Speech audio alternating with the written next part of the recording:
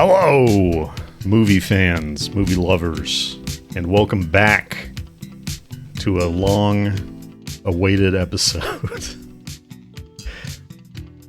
of Remove Film from Tray. I'm here with my good friends, Count. Hey, yeah, well, first I'd like to go to the pheasant.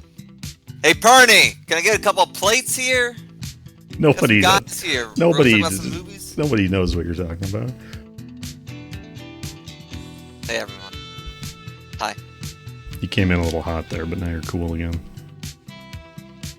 CyRaptor, you're here. Hi, I don't have a skit prepared.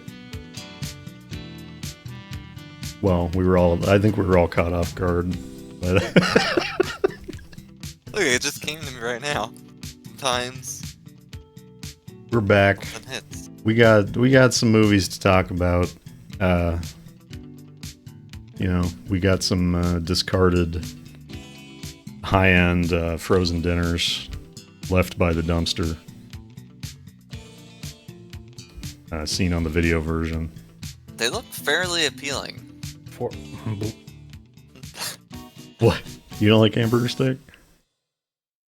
Mostly that chicken there looks alright. I'm not sure it was chicken. Is that what that is? Yeah, I don't really know what the other meat was, but yeah, these it looks like a Sasquatch placenta. Save it for the podcast. These TV dinners were left next to my dumpster, and I couldn't figure out why, so I took the opportunity to stage a photo. That's how you get bears. Yeah, I mean there have been, I don't know. We get possums all the time. We get raccoons all the time. I think there's been coyotes like wandering, like on one occasion. Why is it the whole country all the same animals, no matter where you go? It's never the same animal twice. Well, armadillos, those are kind of rare. Anyway. Yeah, coyotes are everywhere, though. They're like rats. Can't escape them. So, several, a month ago, me and Count almost did an episode on a film from 1996, Screamers.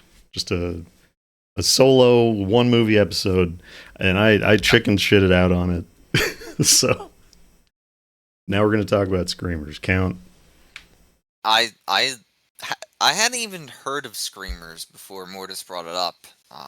Usually all these sci-fi films, like, they're at least a little bit in my vocabulary or knowledge, but Screamers completely under my radar, and I really enjoyed it, and I don't quite understand why people don't talk about it more. It's not amazing, but it's a fairly solid, like, B picture from the time. Yeah, the script is by Dan O'Bannon, mostly. And wrote Aliens or Alien and Return of the Living Dead, a bunch of sci-fi classics. It's been floating around as a script since like 81 or something, and it didn't get made till 96. Has a little bit of a low budget. The story is from the 60s? Yeah, it's based on Second Variety by Philip K. Dick. I don't know. Great. I love this movie. The story's good. The movie is pretty faithful to the story in some ways. Like the story is purely about like the Cold War, but the movie kind of sci-fis it up and moves it to space. Yeah. Makes it about like a mining union versus Earth, I guess, instead of the US versus the Soviet Union. It's really, I always forget how dark the beginning is. It's sort of almost like Kafka-esque. Like they don't even really know why they're fighting the war anymore. I liked all that where they're just doing it because they don't know anything else and they don't question it. So, and it seems like people are even just born into it. Yeah. I like that a lot. And the screamers of the film are like these, autonomous self-building robots, which the movie it's not in the story, but the movie called their official name is the Autonomous Mobile Sword, which is fucking badass. I assume I assume Dan was responsible for that, but I don't. It's just a really solid sci-fi sort of mid-budget. It's all like I filmed in Canada, and it has like great matte paintings. Some of the CG stuff is kind of cheesy, like there's some bad morphing, and I don't know, the score's kind of bad. So it's not like a perfect movie, but No, it's not. I don't want to hype it up too much for people who may be unfamiliar with it and check it out, because we're praising it so much, but it's better than what you might think, and it's odd that worse movies get talked about more. yeah, there's It's like That's the way I pretty- thought about it. It's pretty forgettable though, well, because I saw it and I forgot. yeah, well, I don't remember anything about it. So I think it feels like if you've read fiction from the 50s, like a perfect adaptation of that kind of haven't. feeling. Well, I'm talking more to Mortis. yeah, shut the fuck up. That's fine, CyRaptor. Oh, No, Mortis not. We read older fiction like that, and it just feels like one of those stories put on film. It's because it mostly is. Like Well, I know. And it's a almost good a lot of the adaptation. dialogue and like world building stuff is just one. Those old pulp stories are kind of just like, we're walking around on some desolate planet. There's a lot of political intrigue. Are the screamers aliens? No, they're robots. Okay, they look like the robots. the mining No, but they're union they're not on Earth, so I'm calling it an alien planet. they invent the screamers to win the war for them, and they sort of do. But Peter Weller's in it. He's great. He's the main guy. He's really, really good in it, I think. He's just good. very over it. It's very like jaded. And He didn't want to do RoboCop 3, yeah. so he did Screamers. There is a sequel to this that has Lance Henriksen in it. I've seen like half of that on cable back when I had cable. But that sucks. I'm pretty sure I mostly know Peter Weller as Rowboat Cop from Dexter. Is that a real thing? Yes, he was a cop and he used a rowboat at one point. So This is like people a fan. started calling him Rowboat Cop. Yeah. Check out Screamers. I would Screamers. recommend it. If you're into lower budget sci-fi movies from the 90s and you've reached the bottom of the barrel of things that like you thought don't exist, check out Screamers. You'll be pleasantly surprised. And you can watch it again in 5 years when you've completely forgotten it.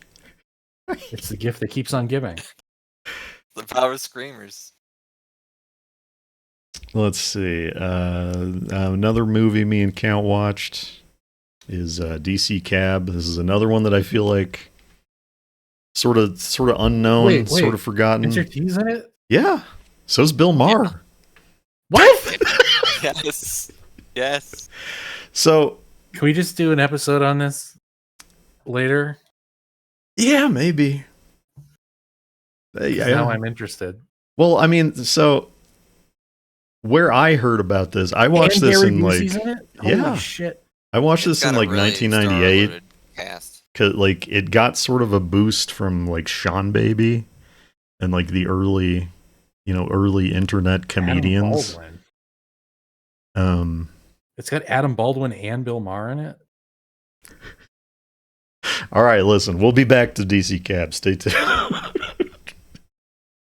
It's Bob really good, Zamuda? and don't listen to Letterboxd on this one. Yeah, it's very funny. That's all we'll say for now. We'll be back. Watch it before we cover it. And we can all talk about it together. So, a comedy movie that isn't very funny. Me and Jesus. CyRaptor Me and CyRaptor watched Unfrosted. Count hadn't seen this. No, I don't think I will watch this. Why were you watch? You watched this morning? Yeah. Just to refresh yourself? Yeah. I got like 20 minutes in. So I want to preface this by saying I feel like all sort of any internet movie criticism with a sense of humor and doesn't rely on like clickbait, owes. I think we all owe a debt of gratitude to Red Letter Media, right? But like. Jay Bauman's thoughts on Unfrosted in the most recent sort of Red Letter Media thing. As got me thinking, like, is it time to unfollow these guys? I don't know. Just like, what? One of the other movies on today's episode was a Jay Bauman recommendation. Okay. Well, on Twitter only. So I didn't really get that. But I don't know if there's a part 3 coming of the 20. So here's what Jay said. Jay said that he doesn't understand why everyone is angry about this movie, and I'm off all social media at this point. So like, can you guys like fill me in on that? Is everyone angry about this movie, or what? Or was that? Well, it's getting panned. It's just right. I think people are just saying it's boring and not funny, but I don't know if people are necessarily angry about it. And it's just like it's just a silly comedy movie. Like, well, I think people are more upset with Jerry Seinfeld, right? And his legendary botching of this press tour for this movie, which we can get into. I think we should probably talk about the movie first. But. So I want to know both of your thoughts on. I said this to Morris a little bit off stream. Like the idea, he's 70. Why are you going in the directing now? If you look, he looks great for 70. Right, but I meant just as a 70-year-old person, you're going to branch into this whole thing of directing. Did he not when you haven't done direct anything? B-movie? No, I think he only wrote it. I don't know. I don't think there's. I just think it's weird. I mean, I DDP didn't start wrestling until he was 40. So surely Jerry Seinfeld. I think it's come out with something so kind of boring and not. I haven't seen it, so I guess I shouldn't. Yeah, let me put it this way: the direction is not the issue with Unfrosted. Okay. I'm not sure. I don't know. I'm not okay. So if you're somehow unaware, this is a film allegedly about the invention of the Pop-Tart. And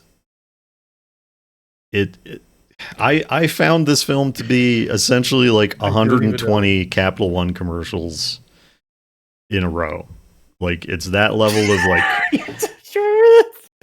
Is that those? Do you remember he did a bunch of movies of the cartoon Superman? Jerry did? Was it? Yeah. Did you remember that? Like the. I do. Yeah. I don't. I don't even remember when that was. Like the late 90s, early 2000s. Yeah. Oh, it was for American Express, I think.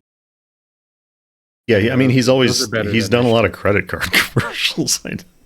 I remember the one where he's filling up his gas, and then he's like, the classic over squeeze. Like, oops, I accidentally put, 1 cent over $20 in my gas tank. Now I need to like go in and give more cash, but that's not how gas pumps work. I don't know.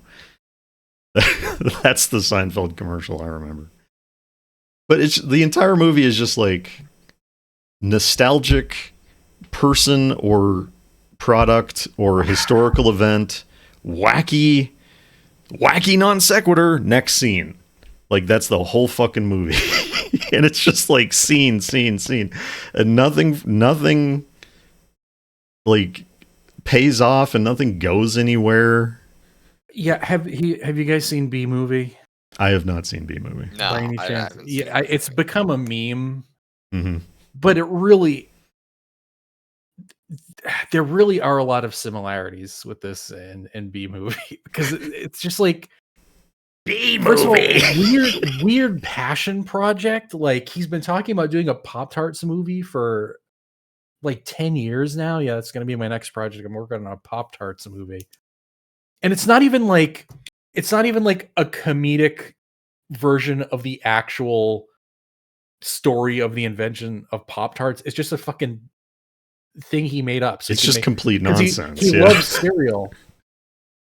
So he wanted to do a movie about breakfast foods, I guess. So is this actually not like funded by Kellogg's in any way? No, it's like, that's what's so weird about it. If this was like, you know, yeah, just like product placement, but as far as I know, it's not like this is funded by Kellogg's. It's just there's no thesis to the movie. There's no like plot to the movie. It's the same way as B movie in that way.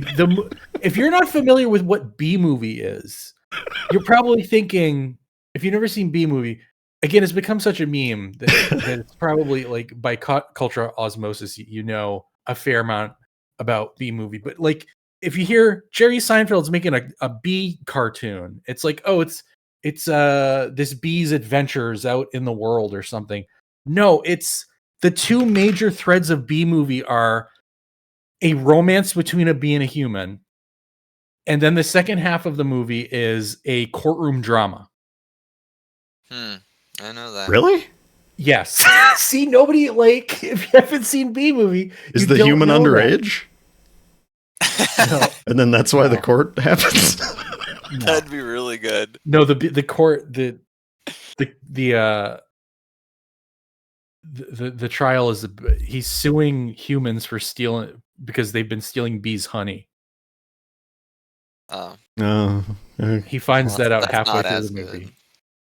And that's what the rest of the movie's about. And then like he wins the suit. And then I don't even fucking remember, like, or the bees. Oh no, the bees like refuse to pollinate flowers if the humans are going to steal their honey. So like the world goes like apocalyptic at the end because the bees aren't pollinating the flowers anymore. Okay. So like all the trees die and stuff. And then so it's an activist film. Barry BB realizes he's what's his mistake. Name? Barry BB. Barry BB or something like that. Barry. So stupid. And then a bunch of bees lift a plane at the end. I don't even remember. But it's like, it's just like this parade of celebrity cameos, which Unfrosted is the exact same thing. And is like way, way worse about it. Oprah was in B movie. Oprah was the judge in B movie. Oprah Winfrey, okay, our 48th president, is in B movie. John Goodman was the lawyer. Okay. Ray Liotta was in his last final film role. Yeah, a lot of played himself in B movie. A lot of stunt casting in Unfrosted. Basically, yeah, I'm supposed to be talking about Unfrosted, not B movie.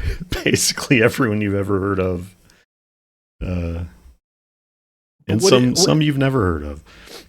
There's no like comedic situations in Unfrosted. It's just every single line of the movie is like technically a joke or is supposed to be funny, but it's like the softest humor imaginable. Mm-hmm. You know what I mean? Like there's no. It's just like, isn't that silly? Yeah, it's just like, isn't that mildly amusing? There's that one. This just comes to mind because I'm looking at the poster. There's that one running thing of like the lady and Seinfeld. About the ravioli, by the way. Right, yeah.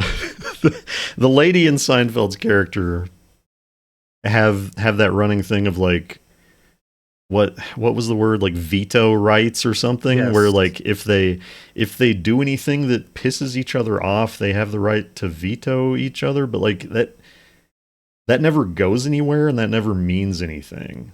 But it's in like 3 or 4 scenes, and it doesn't. Well, like... it's so he can do the scene after the veto thing is brought up. It's they're doing a veto session, and Jerry's like, "Do I look okay?" And he's wearing like a suit. Yeah. Do I look okay? You veto this, and she's like, "No, you look fine." And then she does the same thing, but she's wearing like called a goofy outfit with like all different Right. types of. And he prints. doesn't You can kinda- veto it just you kinda because he see it wants. on the. You can kind of see it on the poster. And he It's doesn't Melissa veto it McCarthy, because he by the wants to way. work on the Pop-Tarts. Melissa McCarthy, who I don't dislike, and I think deserves better than this film. Amy Schumer can fuck off, but Is that the evil lady? yeah.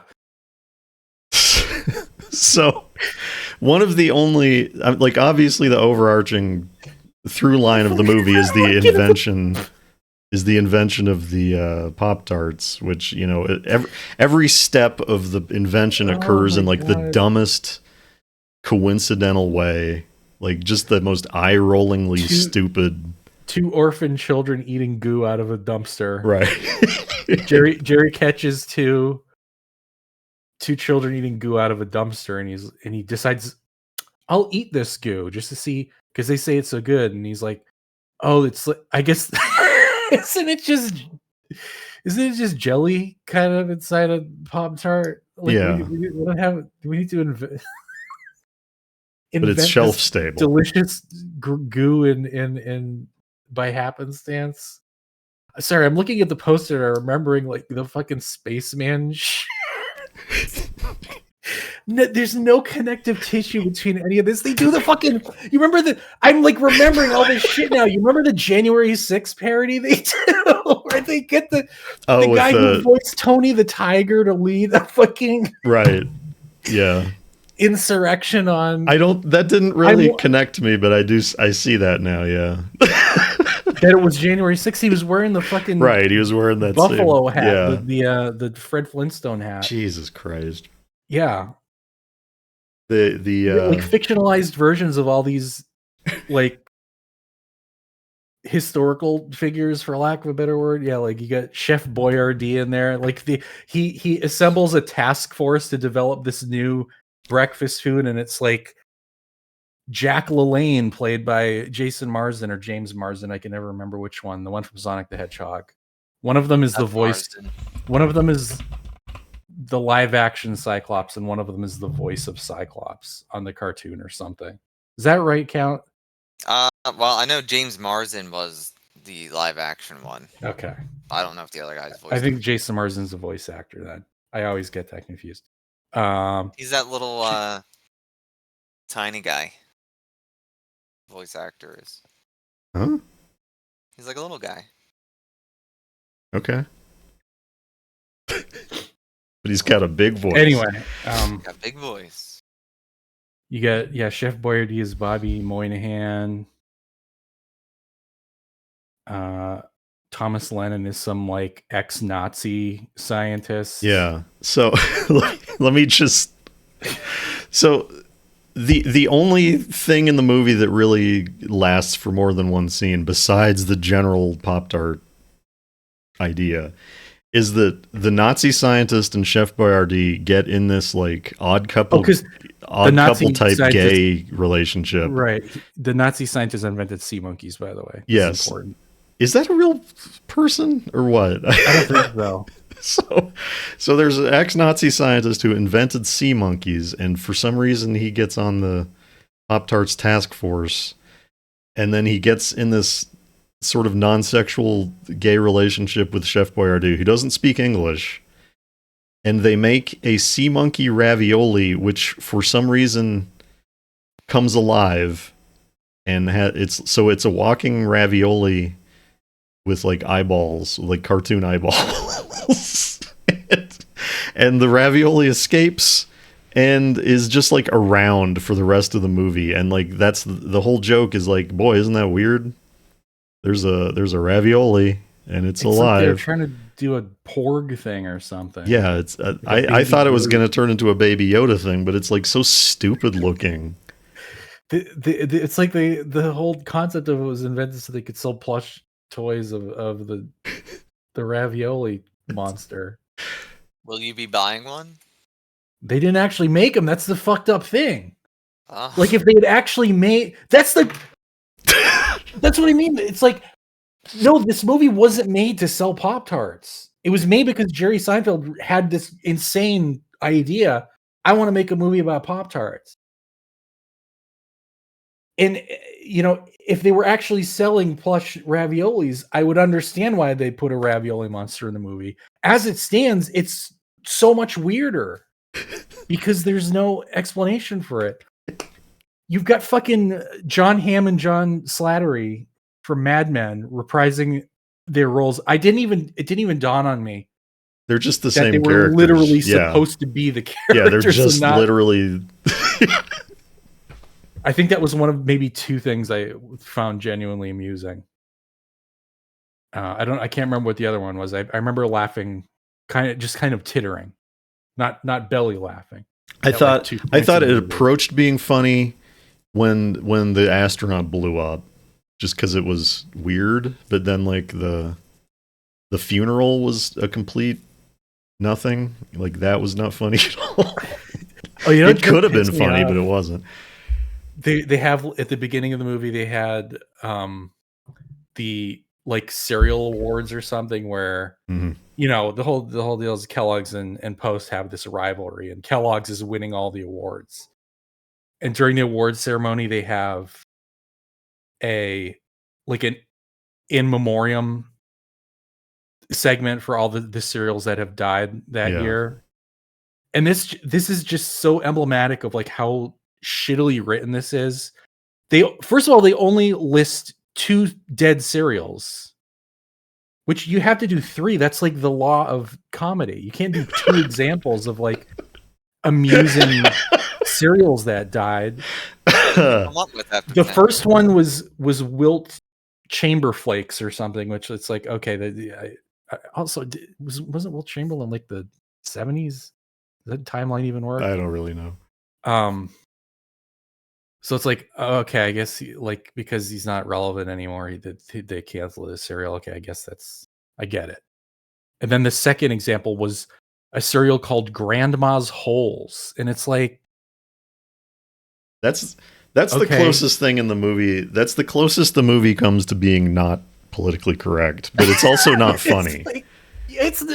What's the joke? Like whole like ass. Yeah, it's like you're gonna love eating Grandma's holes. Isn't that good? But that's not a punchline. That's not like punchline level. It's a little joke. Gag. That should have been the first example, and then they should have gotten funnier. But no, that was the second and last example. And then I'm like, wait, are they going to cut to something else? And then they cut to Andy Daly, one of my favorite comedians, great like character actor comedian who's way too good for this movie, plays the Quaker Oats guy. Horrible. And they cut to him crying. Horrible. So I don't want to spend too much time on this. Who else is Jim Gaffigan? Is the president of Kellogg's. We got the second guy from the show New Girl. I have no idea. As not the main guy from the show New Girl, and not the new girl from the show New Girl. Who's the little fella? I forgot his name. The little fella? Yeah. The milkman. Oh, Peter Dinklage? Peter Dinklage, yeah. So the Milk Mafia or whatever. There's a subplot of the movie is that there's like evil milkmen who want to want the Pop-Tart to not come out because then they won't sell milk. And Christian Slater is like sort of the go-between, but then the leader, yes, the leader also in The Wizard. Yeah. The leader of the evil milkman is Peter Dinklage, which like that's the joke there. It's just, oh, he's a little person. Isn't that fucking weird that he's an evil mafia milkman leader? It's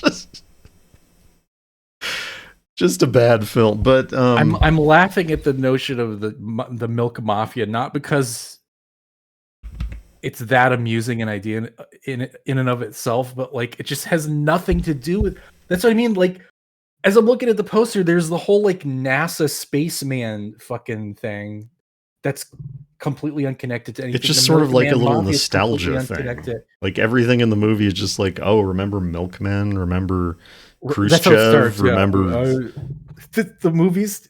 There's like this weird frame story where this little Asian kid walks into like a fucking what the fuck do they call milk them? shop, malt shop. Yeah. And he's running away from home, and he sits down on the stool next to Jerry Seinfeld, and Jerry Seinfeld starts. He orders Pop-Tarts, which I guess you can do at a malt shop. Which, again, right from the get-go, this just doesn't make a lot of sense. And he starts regaling him with the tale of how the Pop-Tart was actually invented. But like, why was that? Why was the frame story necessary? I mean, I guess it being a frame story sort of excuses on a script writing level the fact that the movie is not really magical real. It's like almost magical realism, but it's just like nonsense It's just realism. absurdist It's comedy. like stupid absurdist nonsense. You know, because he's just telling a story. It's not really what happened. I don't know. This movie fucking sucks. That's all I really wanted to say about it. No. CyRaptor? What? Would you recommend Unfrosted? It's very frustrating. It's bad. It's almost like I almost recommend it just to see how like fucking weird and fucked up it is. Like it's just baffling that this got made, and you know it only got made because Jerry Seinfeld has more money than God. Yeah. And that's why, you know, and everyone that he asked said yes, because he's like this, because of the show, he's just like this Christ-like figure in comedy, even though everything he's really done on his own has kind of sucked ass. Like anything he's really done separate from Larry David has sucked. Well, or just been this weird, bizarre. I don't even know how to. I don't know. So, as CyRaptor mentioned the press tour, you know, Right. as part of promoting Unfrosted, Jerry Seinfeld has been, going around having interviews and saying stuff like the woke PC left has killed comedy. You know, people can't come home from work and put on comedy anymore. Like, I think the issue there is that nobody under 60 has cable. You know, like if they want to fucking come home from work, they can put on comedy on fucking Netflix or something. And then like as recently as today, as recently as this morning, he apparently had another interview where he said he wishes Dominant Men would come back. It's just like, what are you doing, Jerry? Like what what are you talking about? He wants a dominant man in his life. Jerry Seinfeld, who famously wore the puffy shirt. Yeah. The most masculine. And it just is in such sharp fucking contrast with the reality of Unfrosted, which is just such a limp dick. Saying, no, you can't. Everything's being censored. You can't go out and be funny anymore. You get canceled, and you have to be PC. And here's the counterexample of Unfrosted, where it's okay. We're Netflix, Jerry. We're giving you free reign to do whatever you want, comedy wise. We're not gonna, we're gonna give you a ton of money. You can do whatever the hell you want. And like this is his idea of a strong, unfiltered, uncompromised comedy is like the most bland, fucking unchallenging, softest bullshit comedy movie. Yeah. That has no like thesis or build up or plot or anything. Like this is unrestrained Jerry Seinfeld. And this is, do you remember when they keep trying to come up with the name? I'm sorry, I'm like skimming the the plot here. They're trying to come up with a name for Pop-Tart, and they end up being it was like an acronym or something, but it was spelled Trap Pop. Yeah. And then they're calling it Trap Pop for like a half hour of the movie, and then someone like sees the name in a mirror or something and says he sees it on Silly Putty, which is nostalgic. That's right. Jesus. I keep saying this is why I wanted to rewatch it, because it's just so all over the place. There's this whole Silly Putty subplot. I mean, it's not even a subplot. It's just a thing in a scene, because they needed to put a nostalgic thing in one scene, and it's Silly nostalgia. Putty. That's why the NASA stuff's in there. Yeah. Oh my god. It's like every scene has to have one thing that's like nostalgic, and then a zany thing happens, and that's the whole movie. But okay, so, and Bill Burr is in the film as JFK, which I didn't know at the time, but like I also as soon as I figured it out, it's like, oh, it's just I'm JFK. I fucking hate my shitty wife. You know, he's just doing his Bill Burr thing. I'm not a huge Bill Burr fan, but it was one of the better roles in the movie. And you said that guy that played Walter Cronkite and Johnny Carson. Mm. I mean, those were the only funny scenes in the movie. Whoever the fact that I couldn't immediately tell it was Bill Burr. So, on the note of comedy being dead, woke killing comedy, it just comes to mind, like, I don't know, Nathan Fielder. Like, everything he does is fucking funny and subversive, and like, he's not constantly out there going like, blaming woke for killing comedy like so many comedians are. And right, I mean, there's still a ton of comedians that are relevant now and making. There's a lot of funny shit on TikTok and Instagram. People still want comedy and like it. Jerry Seinfeld just doesn't know how to connect to younger crowds. There's also plenty of like raunchy comedy. It's not even like that's gone away. It's just you can't really get up there and tell overtly racist or misogynistic jokes as much. But also Seinfeld ever did. Yeah, he always did safe comedy. So yeah, I don't know why he feels so restrained. And then first of all, it's not even true, because that fucking what the hell was his name? The guy who like was supposed to be on SNL. They like hired him, and then he got canceled because they found he was on some podcast and made a bunch of racist jokes. So he like got cast on SNL back in like 2019. He was announced to be starting that year, and then before even the first episode, that shit came out. I have no idea. And then they had him back as a host this past season, and he was really bad. But now he has a fucking comedy show on Netflix. So it's like, you don't even really get canceled. Look at fucking Louis C.K. He notoriously jacked off in front of. Sorry, I'm getting a little blue now, but like, right, like he got canceled, but it didn't really affect his career because he went to do a bunch of stand-up specials, and I think he had to go to like Saudi Arabia to do them for a while, but like he has sold out comedy shows. Who the fuck else was I just gonna mention? Shit, I forgot. But it's like Dave Chappelle is still doing his edgy stuff. Like, they've never stopped. So I don't know where Seinfeld's coming from. I wish they'd cancel Dave Chappelle. Sorry, Sinersha. I'm just using them as an example. He's still doing his thing. Right. So it's decades. The Unfrosted press tour feels like Jerry Seinfeld speedrunning a way to surpass Michael Richards as the least liked member of the Seinfeld cast. Hang on.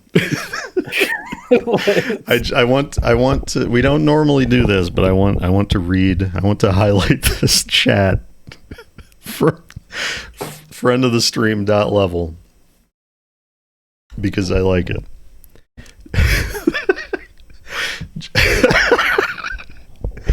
Jerry Seinfeld framing himself as some sort of hard ass speaking truth to blue-haired power is kind of like how Kiss act like they're the most subversive band in the world, and then you hear their music and it's like what would pass for rock and roll in a Jetsons episode.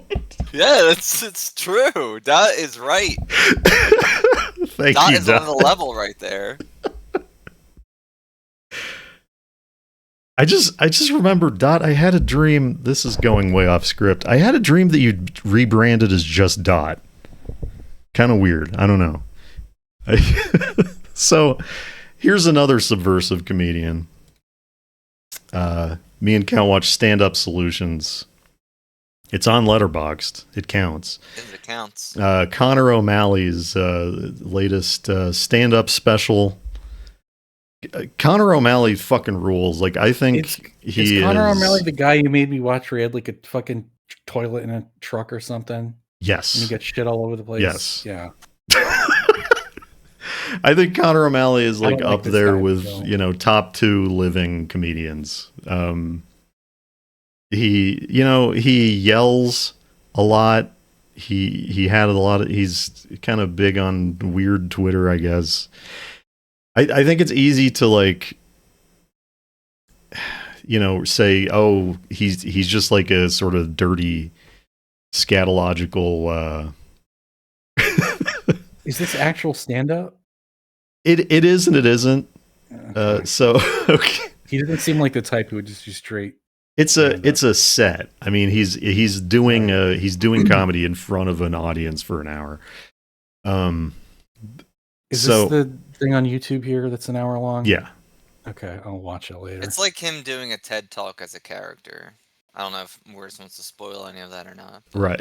So, well, I just want to say, like, I think that you can look at Connor O'Malley and it's like, oh, he yells and he screams and it's funny that he's yelling and screaming, but like I genuinely think he has a lot of like poignant stuff to say about like masculinity in the current internet hustle economy kind of like world, and like what it means to be a dad and shit, like in that kind of setting, and like mental health. Like I think he's like incredibly funny, but also like, really kind of like intelligent above, like sort of beyond the yelling. But like what Stand Up Solutions is, he's doing a character of like a guy who invented an AI comedian, and it's basically a presentation trying to raise money on that, but it's in front of an audience, and it's basically stand up. He's got like a PowerPoint. It's pretty good. I don't think I love it as much as Mortis, but I also don't know him as well to be as invested. But don't watch that toilet thing. Well, I saw the one. I think Count may have seen the toilet. Yeah, the stuff with the pee. Ooh. I thought it was. Wow. The van life. You're talking about the van life poop. Life hack. Poop life hack. I'm talking about. No, oh yeah, I did see that one. Yes, with the he has like, yes, and they're out in the desert. Yeah. Anyway, and then didn't it become like the end of Lasagna Cat at the end or something? It gets all trippy and weird. And yeah. I liked that. No, I do like him, but what I was going to say is that you're watching this and it feels like the bit's getting like, oh man, come on. But then he like throws another curveball. So he lets the joke or the bit just go long enough, and then he changes it up on you for you to be like invested again in it, which I appreciated. I want to spoil one thing, Mortis. Okay. And that's I legit called it when I was watching it and writing the Mortis, giving him my feedback kind of as I was watching it, and I said, oh, He's just doing the Punisher now. But then it really does. He says he's going to... I called it, but about, half a minute before he actually reveals that it is a Punisher bit, and then I loved it. I was like, oh my god, this is incredible. It's very funny. But yeah, I just love, just to stick it to Jerry, if you come home from work and you want to put on some comedy, most of Connor O'Malley's comedy is out there on YouTube. Some of it's on Daily Motion because it's too much for YouTube. But this is just like a free hour-long comedy special. Put on some comedy at the end of your 1960s workday when you'd fucking come home from the Kellogg's factory. That's my recommendation. The world, and this is a good modern way to adapt to how comedy is and using all of our technology at hand. You can't just go up, I feel like. You have to be very, very good to just go up and do a set. You don't have to anymore. You have all this fucking videos and technology, and people will say they're crutches, but I think it enhances a comedian set. TV is dead. Right. Also, if you don't want to watch Connor O'Malley, Dave Hill's full comedy special, The Pride of Cleveland, is also on YouTube in its entirety. Okay. Good. That's my recommendation. That one? Okay. Yeah. I love Dave Hill. Not familiar. Maybe I'll check it out. So here's the last minor movie of the episode is The Holdovers. Oh man, I forgot we were on cover Holdovers. I think per capita, this is the most recent we've ever been, right? This episode. The episode, yeah. For this episode, yes. The movies we're talking about are the most close to being actually relevant. Well, Godzilla. Yeah, that's what I'm saying. Yeah. All of the movies, most of the movies we're talking about are overall, the past couple of years. Yes. Yeah. I mean, we've covered sometimes shitty Z-list movies that got released a day ago. And I'll show them, but this is as Alien far Hunt. as mainstream movies go, yeah. We're not watching Alien. So this is Quicksand. Second worst movie ever. Maybe third now, I don't remember. So this is Unfrosted. This is like a Catcher in the Rye style, Rushmore style, fucked up kid at boys' private academy style movie. You didn't see this count, right? It's just me and CyRaptor. Or wait, no, I have it backwards. No, I didn't see it. Sorry. Yes. I saw it. CyRaptor didn't. I love this movie. Yeah. I thought it was. You're a Giamatti guy. Yeah, well, I was interested until you compared it to Catcher in the Rye. Well, I don't think it's. Which I fucking hate. I haven't read Catcher in the Rye, so I don't have a comment on that. Well, I think this is more about Giamatti than it is about the kid. At least it is. At least, I don't know. The movie starts and it seems like it's going to be about the kid and about a bunch of kids, but then the kids get removed from the plot, and it's just like a very small cast of sort of core characters. You've also got Davine Joy Randolph, the cook. She's very good. Well, fantastic, the main trio. I agree with you. I thought. And I didn't know that it was going to just get dwindled down to the three of them. I thought it was going to be all the boys running around, Giamatti having to deal with these little rascals, and they warm his heart, Yeah. Like fucking, Dead Poet Society type bullshit, but... Have you seen that? I've never seen that. I've seen it. I saw it in high school. Okay. It's not horrible or anything, but I just meant that's a whole classroom of boys and the teacher, and... This is Giamatti, who doesn't want to be there because he's supposed to be on vacation, and he gets. Well, he also sort of doesn't care, right? I don't know. I feel like he wanted to go, but he doesn't stick up for himself. So he just kind of is whatever with it. Because he never he lives on campus, right? And he never really leaves like of his own volition. But the movie ends up being mostly, I think, about Giamatti's character and that growth. It's a little bit of a curveball. Very cynical, funny, melancholy, sincere. I don't know. I think it's a Christmas movie.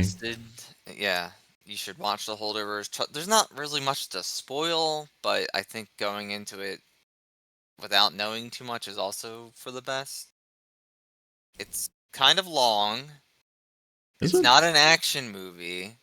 Okay? What's the for all runtime you on action this? fans out there, just relax, enjoy a nice character-driven drama with Paul Giamatti. Which also, he has a podcast called Chinwag, and they talk about Bigfoot a lot, which we're going to get to soon. Wait, they talk about Bigfoot in more than that episode? Oh, almost every episode they talk about the paranormal and Bigfoot. They ask like every fucking guest their opinion. Is that what the paranormal. I was unclear on what the premise of the podcast was. Yeah, they essentially bring on celebrities and they ask them like, "What do you think about aliens and all the weird shit in the world?" Interesting. Because he's really into it. He's like really into all the coast to coast stuff. Jesse Eisenberg. I just can't. I don't understand sci-fi. I sound more like Paul Giamatti than Jesse Eisenberg. Sorry, I didn't practice. I can't do a Giamatti, so I'm not going to even try. Hey, it's me. It's Paul Giamatti, and I think it would be real nice. Anyway, watch the Holdovers. Yeah, watch it. It's good. Not the kind of movie that I'd really generally. I'm shocked you watched it and that you enjoyed it. Well, I mean, like I said, it's similar. It's very similar to Rushmore, I think, and I love Rushmore, so I don't know. I was worried when you said you were watching. I thought you'd think it was too sappy, but I'm glad that you enjoyed it. No, I didn't really. I mean, I think all of the. What were we talking about that I hate Schmaltz? The Wizard. Oh yeah. Yeah, I mean, all the emotional stuff in the Holdovers feels very. It's very earned and real and genuine. It's not just it's not just a goofy movie that then suddenly it has this sobering moment of oh, we're sad. We're sad, and we have to confront our feelings all of a sudden out of nowhere. I can't stand movies that do that. Elf. Sorry, sir. What? I said Elf. You think Elf is schmaltzy? Yeah, it has that part where it's oh, he ran away and he's sad, and we have to go find him, and we have to tell him we love him. That part. CyRaptor likes Elf. He loves Elf. I love Elf, man. I didn't see Elf until very recently. Oh, really? You've been talking about it for years. I guess 10 years ago now, but it was. I guess relative to over a decade after it was released. Okay, I didn't even know. What's the matter? You don't like Elf? No, I don't like Elf. I don't like. It's got a fucking Sasquatch reference in it. I know, he does the walk. Oh, it's so funny. I've seen it many times. Unfortunately, the only bad part about Elf is that Zooey Deschanel's blonde in it. I don't think it works for her. Should we just jump to Sasquatch Sunset since we're talking about Sasquatch so much? Sure. I was gonna say Elf is like the hocus pocus of Christmas. No, Hocus Pocus fucking sucks. All right, so we're now Elf. How the hell? How does Elf suck? It's just not good. It's not funny. I don't like it. It's so funny. It's every time I watch it, I'm delighted. I'm glad. Well, that's great. I'm glad that you are. I don't want to take that away from you. And you're right to be delighted. Anyway. It's still funny every time I watch it. It's so good. Here's a movie that CyRaptor purchased and recommended, and it delighted me. It's I think this year's Sasquatch Sunset. Yeah, this is brand new. I think it came out in April. It's still you have to pay $15 to buy it, or see it in theaters. That's really kind of the only way, I think. So how did you hear about this, CyRaptor? Jay Bauman, as previously mentioned, on Twitter. I'm not gonna be able to find the tweet, or excuse me, the X. Said, "I love this movie, but I cannot recommend it to anyone." And I was like, "That sounds exactly like the type of movie I want to see." That's And how I knowing it's feel about about yeah, I feel pretty much the same way. But I growing up, I had interest in like cryptozoology, and I was really convinced there You was a grew out of it, though? or I wanted to. Well, I've like I don't think I've ever really believed in any of that stuff, but like Right. I wanted to, and as I've gotten older, it's just I've become more cynical. I guess it's just I can't even suspend my disbelief anymore. But yeah, that's how I. Does this say produced by Ari Aster? It does say that, yeah. That's kind of funny. Is that, I mean, what else is he involved in? What the hell? I've heard the name, but I can't. Hereditary, and Midsummer. He's like a horror movie guy. Okay. Mostly. He did. Well, what was the so one I can't remember the name of 24 it. guy, right? 24. What? A24. A24. Oh, Probably. I still don't really know what that is, but the directors of this, David and Nathan Zellner, they seem to be like ex Rooster Teeth guys. Like a lot of their older credits are like Red versus Blue and like just like different Rooster Teeth stuff, which for for the non-internet movie related listener is just like mostly sort of like gaming related comedy stuff on the internet, I guess. What else has Rooster Teeth done besides Red vs. Blue? It's like the only thing I would Ruby. know. Ruby, yeah. Oh, I've heard of Ruby. And then like one other thing that I can't really remember. And they have like I don't know. They have like an internet show. They're always they were at E3. Right, they're dead now. Rooster Teeth doesn't exist anymore. They did one of the Transformers cartoons. Really? Did. Was it the one where Megatron says piss? Yes, I think so. Wow. Was it the Prime Wars trilogy? But anyway, this reviled is it series of cartoons. Yes. This movie has no dialogue. As the theme of the episode. It follows a family of 4 Sasquatches just sort of going, and their penises flopping about.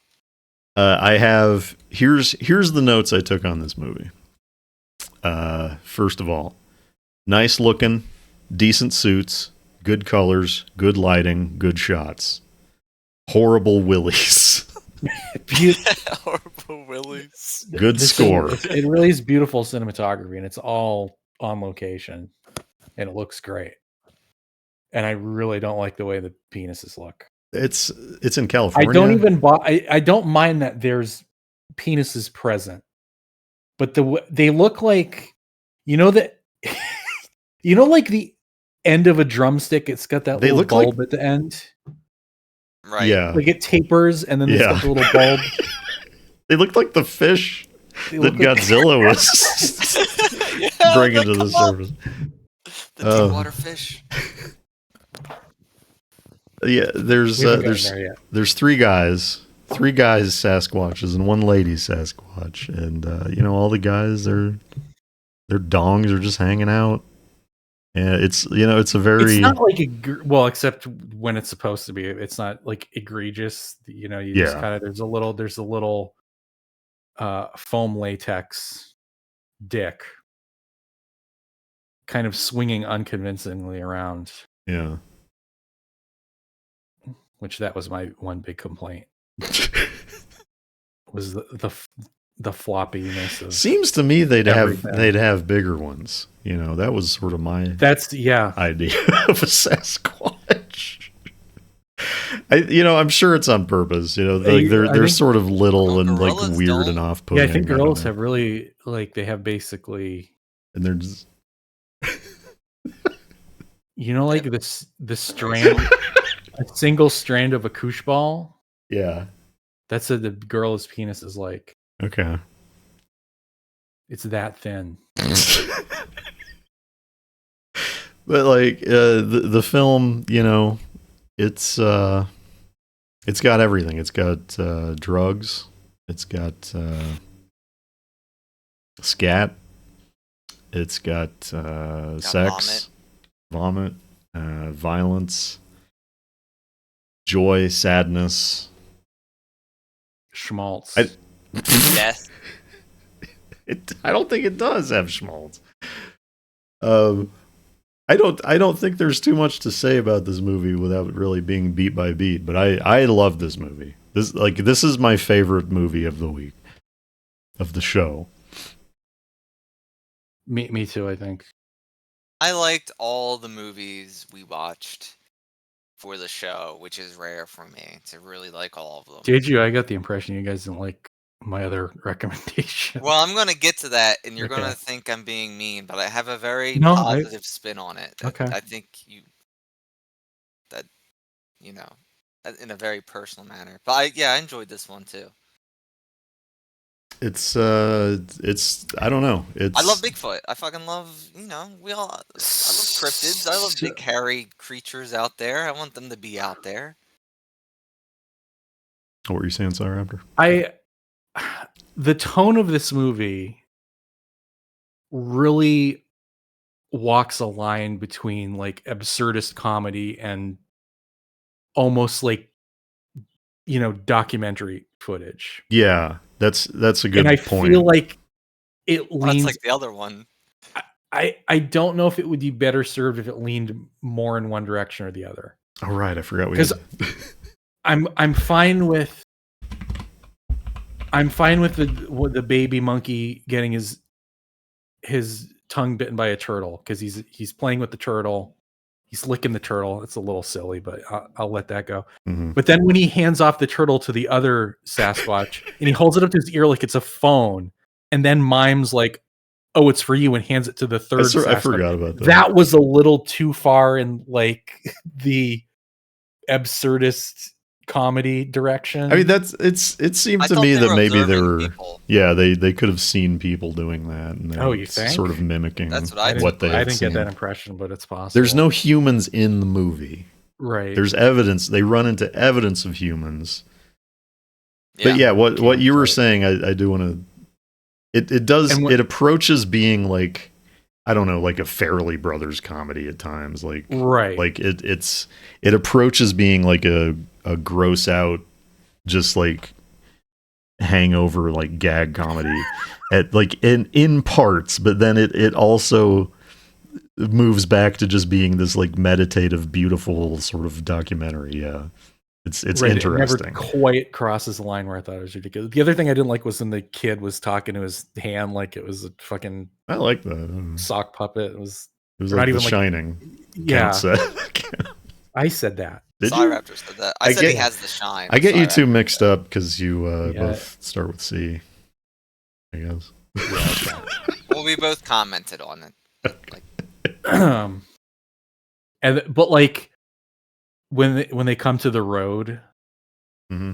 and they start pissing and shitting on it, I was actually okay with that because that's something animals actually do out of fear, out of marking territory or whatever. But then when she started squirting milk onto the road, that was where it went too far for me. Because I don't think you can. I love the music. You can do that, and they're just crying is pretty incredible to me. Who's crying? Oh, that music. Yeah, I thought you were talking about the score, which the score is great. That because that was the score is great, but I just meant in particular that one. Right. The Sasquatch has discovered human Erasure. music. Yeah, Erasure, which is maybe the funniest, the funniest possible choice. Yeah. Yeah, I don't know. I would absolutely recommend this. I don't know that if you're not a Sasquatch freak or you're not like a weirdo, maybe just wait for it to be normally available. And then while we're on the subject, I did want to bring up the missing link. We don't have to do a full discussion on it, but right. I'll bring it up. The Missing Link is a movie from 1988. Okay, we're going to Missing Link now, folks. Okay. Watch Sasquatch Sunset. We might come back to Sasquatch Sunset. Okay. I don't know, but it just seemed like it. This is a movie I caught on flipping through the channels on TV when I was, I don't know, this is probably like the late 90s or something. It was on like, I don't know, it was Stars or something. Those movie channels they used to have where they would just play movies, like random movies all day, back when that was a thing. And the scene I'm seeing as I'm flipping through the channels is there's this ape man eating eggs from a nest, a bird's nest. So he eats the eggs, he gets them all over his face, then he pisses on the eggshells. And I was like, what the hell is this movie? So I keep watching, and it's this story about like the last ape man on Earth. Is he like an Australopithecine or something? I don't know if it can't be an Australopithecus because the overlap they didn't overlap with humans. I think it's supposed to be like a Homo erectus, or I don't think the timeline doesn't really work out, but like basically he's being chased out of his home by, modern man, Cro-Magnon or whatever. Not modern. And it's just his adventures as he's traveling through the wilderness. He eventually arrives at the sea. And it reminded me of the Sasquatch Sunset, reminded me a lot of Missing Link because that also has no dialogue in it. Although I think it has narration. I think it has narration at the beginning, right? Yeah, Missing Link has narration throughout it. Oh, throughout. I love it. Throughout the whole thing? Yeah, I fucking love this. I liked it more than Sasquatch Sunset, but that's because this has like so many different environments and colors, and there's something about him being so lonely that really appealed to me. Yeah, that's a good difference to note, I guess. Is that you can tell the Sasquatches are like endangered, like that. There's a recurring thing in Sasquatch Sunset where the four of them get together and they start beating trees with sticks rhythmically, and the implication there is that they're trying to like get the attention of other Sasquatches, and they're never they're like waiting. They wait for a response and they never get one. Yeah. So throughout the movie, 2 of the Sasquatches die. That's a spoiler alert. And they're down to 2, and she has a baby. So now they're back up to 3, but you can tell they're like on the brink of extinction. So that's kind of similar to Missing Link as well. Which I like that about Sasquatch Sunset too, that they were dwindling. But in Missing Link, I really enjoyed the prehistoric sort of setting too, where it doesn't lean into dinosaurs or other creatures, but it has some. It's not even the Ice Age. It's just modern African animals. Like those have been. Yeah. Those have been the human race is so relatively new that other than if you're talking about like late Ice Age, like woolly mammoths and saber-toothed cats, like those are around until maybe 10,000 years ago. But I don't even think they have. I don't think they have any like weird prehistoric animals in the Missing Link, do they? No. And I said I like that about it. Okay. But it's that prehistory man that we don't see often depicted in movies. Right. And Missing Link plays it completely straight, like yeah. There's a scene where he farts. I mean, yeah, with the exception of the being and then high and the peeing snow on and ape eggs. theory. Yeah, that's an actual theory, by the way. Is like that's why humans are so advanced because they did drugs during their Terrence McKenna time. Oh yeah, that's a coast to coast guy. Yeah. So, like the thing to me about Missing Link that is weak is it really just feels like a monkey man walking around a desert, and then he looks off camera at nature documentary footage. Like That's Right. the sense that, like, he never interacts with anything. He's just sort of walking around alone, and then he looks off camera, and then there's like nature footage of a lion eating a gazelle or something. Like that's Well, that was something I wondered if it's all stock footage and they edited it together, or did they shoot B-roll for this movie? And I couldn't find any information. I assume it is all shot for the movie because like it says I sort of looked into it and it said it was shot in Namibia or something. So like Okay. He does walk by like zebras in the same frame, I think, but that's about it. and Sasquatch Sunset has, Well, those in are- contrast, has more interaction with real animals. So And again, that almost crosses a line to me, where he's like petting a fucking skunk. Like a wild skunk's not gonna let you pet it. Yeah, but the Sasquatch are, like legendarily friendly with animals, right? They have like a Well, There's kinship. a lot of shots of just here's a raccoon watching the Sasquatches eat. Here's a badger watching the Sasquatch have a resplendent erection. And it's never the same animal twice. I think it's okay because it's almost treated as a documentary. So you're cutting between some animals and then back to our ape man as just another animal. Are you talking about Sasquatch or Missing Link? Missing Link. link, I think. Okay, I'm talking about. I know. Okay. I just wanted to. It's a layered conversation here. Yeah. A lot of ape men. I mean, I don't know. I think Missing Link is like fine. I still have it on my hard drive. It hit at the right moment for me. I don't know. Sometimes I was just so like impressed that movie was allowed to be made. And I Right. was trying to figure out. It When it seems. was. I think it was just a direct-to-video movie, like by Universal Home Entertainment. Like I don't think it got a theatrical release, but There's IMDb no said way it it got had wide- a box wide office release. of $6,000. Which, like, I don't know where they got that. I bet it was like a festival movie Yeah. before release. Maybe. There's no way in hell like sometimes a wide they'll put out release. a Though. movie in a single theater too, just so it's Yeah. eligible for awards. Back in the day, in particular. But, like, why? Yeah. Yeah, I guess that makes sense. I don't know. Anything else on these? It's hard to recommend them. Certainly, either of these. If you're like me, if you've ever been listening to Remove Film from Training, he's like, that Count guy, I like what he always has to say, then you'll enjoy Missing Link and Sasquatch Sunset. I mean, I would readily recommend Sasquatch Sunset, and then if you didn't like it, I'd say fuck off. I don't know. It's hard to recommend as like a wide appeal movie, but I think if you have any interest in nature or zoology or the mysteries of the universe, Yeah. and you have an open mind, see Sasquatch Sunset. All right.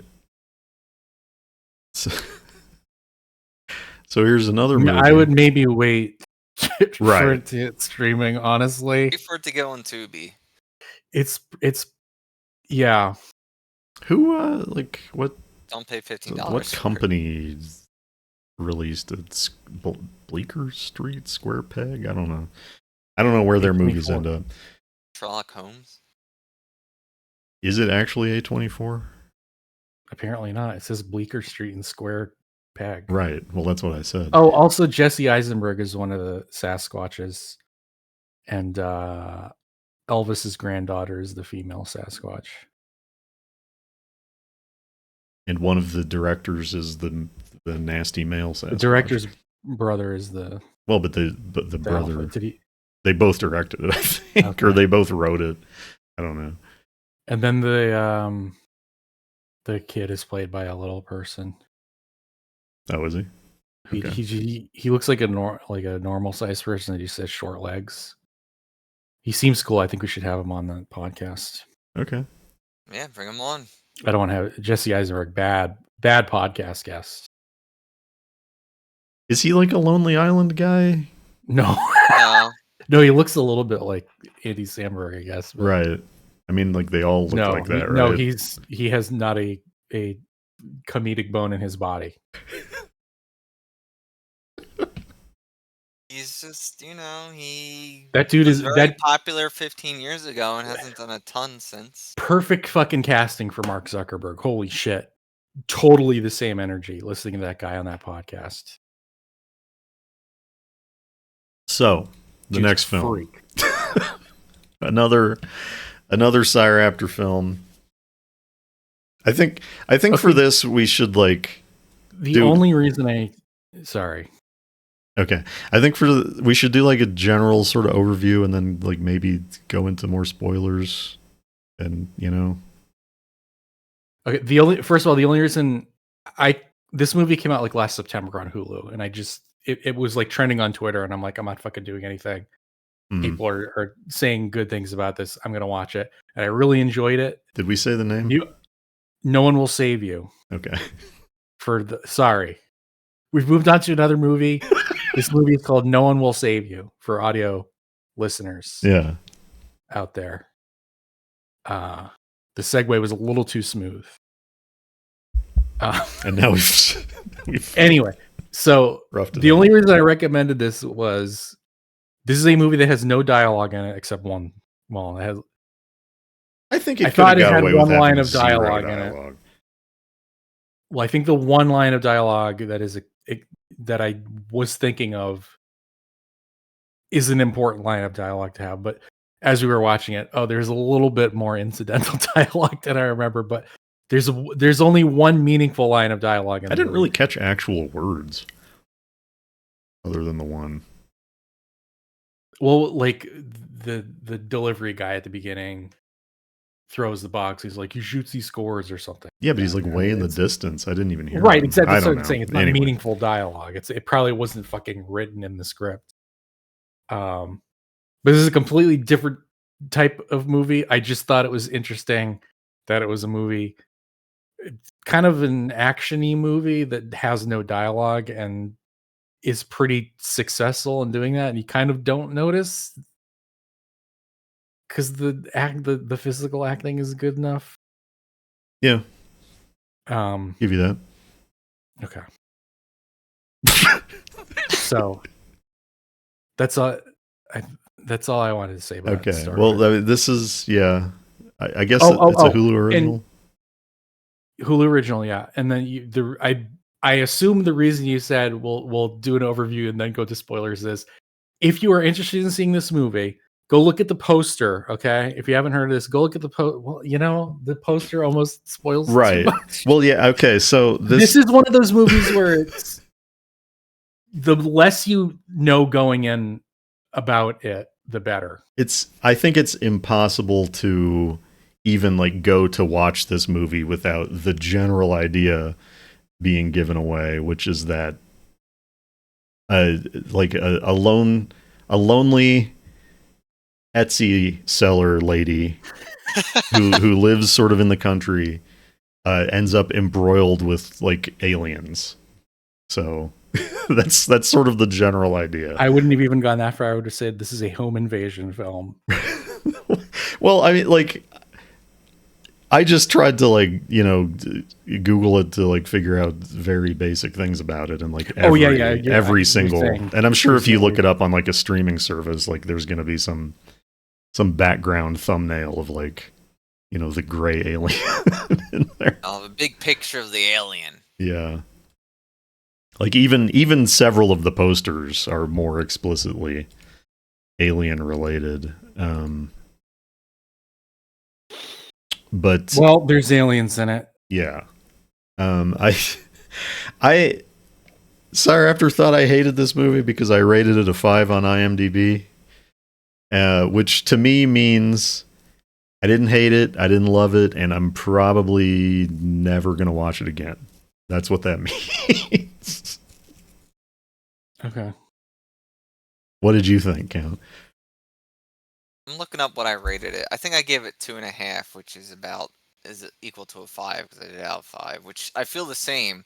But I think it's very good for me to watch at midnight if I want to watch a creature feature that I know is just sort of middling.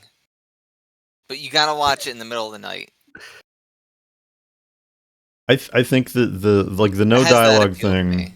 is done well, and I think visually, like for the most part, it is really strong visually, and also for the most part, it is fairly strong as a film. But like to me, it just sort of fell apart towards the end. I don't know. Can we get into spoilers? Yeah, let's just get into spoilers. So I'm gonna try to First like off- put timestamps on the YouTube videos so it'll be like easier to skip to stuff. Okay, first off, I thought it was gonna be another Bigfoot movie, so I didn't. I was excited. I thought it was gonna be a home invasion movie with Bigfoot, but it's Greys, which is okay. It takes almost no time. Like the movie starts and you meet the character, and then like it feels like Which is very like refreshing. 10 minutes in, it's like boom, the gray aliens are attacking her house. I think that initial home invasion sequence is really fucking strong. Mhm. And like, I think you could almost end the movie after that and have it be like I kind of thought a it really would effective end. short film. Yeah, I honestly thought it was gonna end. I thought you had tricked us into watching a short. No, Uh, I think it could have been. That was the strongest part of the movie for sure, and they should have just kept it as one long horrible night instead of doing the next day and then waiting. Personally, I think that she should have just been going through hell, like an Evil Dead 2 type of thing. yeah, but then it would have been the same events anyway, pretty much. I know. With the I just with meant the- for it'd be punchier. the progressively I guess we had to see weirder more of looking her aliens. being interacting with the town and all that, which was nice to see. But Yeah, so the general idea of the girl is that she's like an outcast from the town because Everyone hates her, everyone hates her. but we don't know why. Initially, Come to find out, it's she like killed her childhood friend and sort of, I don't know. It's just they like had a fight and she spat. smashed her head with a rock. In the same so do you think that was on purpose, or is that like something the actress affected? Because like when she What? she kills the first gray alien with sort of this guile spinning back fist, and then when we see the flashback of her killing her friend, it's the same move. that's definitely intentional. Yeah. I think that's just her reaction of how she deals with Yeah, I a guess. stressful situation. I guess. We should maybe recount the plot a little bit, Okay, yeah. which is it. Well, it starts with the home invasion of the alien, and it's she's avoiding it, and it's peeking around the corner, and she's hiding behind the fridge door, and it's like very deliberately wrapping its fingers around the edges. It's like it's a sequence of suspenseful shots that's almost exhausting if it would have gone on much longer. And then she just fucking kills the alien. She stabs it in the head like by accident. yeah. And the alien fucking falls down dead on her floor. And she just sits there exhausted, staring at the alien until dawn. And the dead alien's still there. It's not going anywhere. So, like, what the hell do you do about a dead alien in your house? She then spends the following day, like, first she tries to contact the cops, but her dead friends, her murdered friend's father is a cop, so she's kind of can't go there.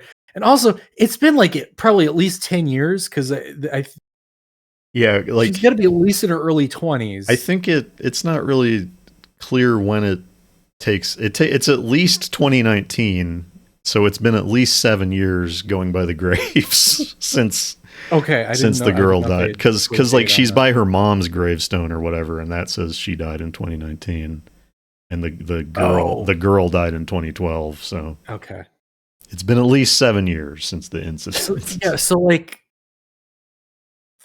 she runs into her dead friend's parents, and they like spit in her face, and it's like, you really, after 7 years, you're still that pissed off about it? You're gonna spit in her face when she's just trying to live her life? I don't know. And there's sort of like a hunky guy that she tries to get the attention of, and he doesn't like her. Nothing burger. Not really. It comes back again at the end, yeah. And then I feel like a whole town want to turn on someone like this.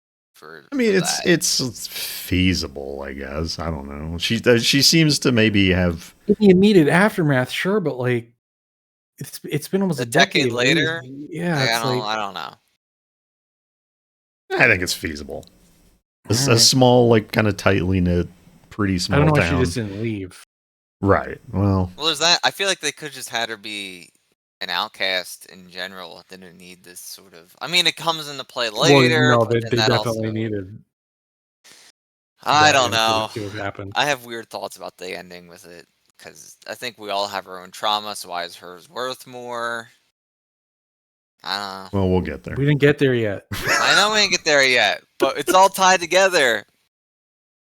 Anyway, so she goes to the cops, and that fails. She just tries to leave town on a bus, and at that point, she starts getting attacked by humans. And we see that they have like yerks in their neck. Which is I don't know what? if anyone from Animorphs, they were the slugs that would go in your ear and control humans. It's like a yerk, but in the neck instead of the ear.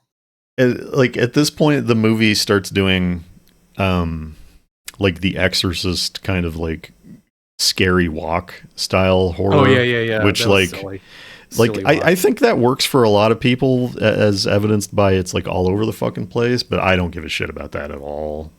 I don't know. He's like walking over the seats and stuff. The possessed humans, like they twist and turn. It's like, who cares? I don't know. So then she escapes the bus and like runs to like a church, and there's like a whole group of people out on the church lawn, including like the holding hunk. their hands up. Oh, was he? I didn't even notice that.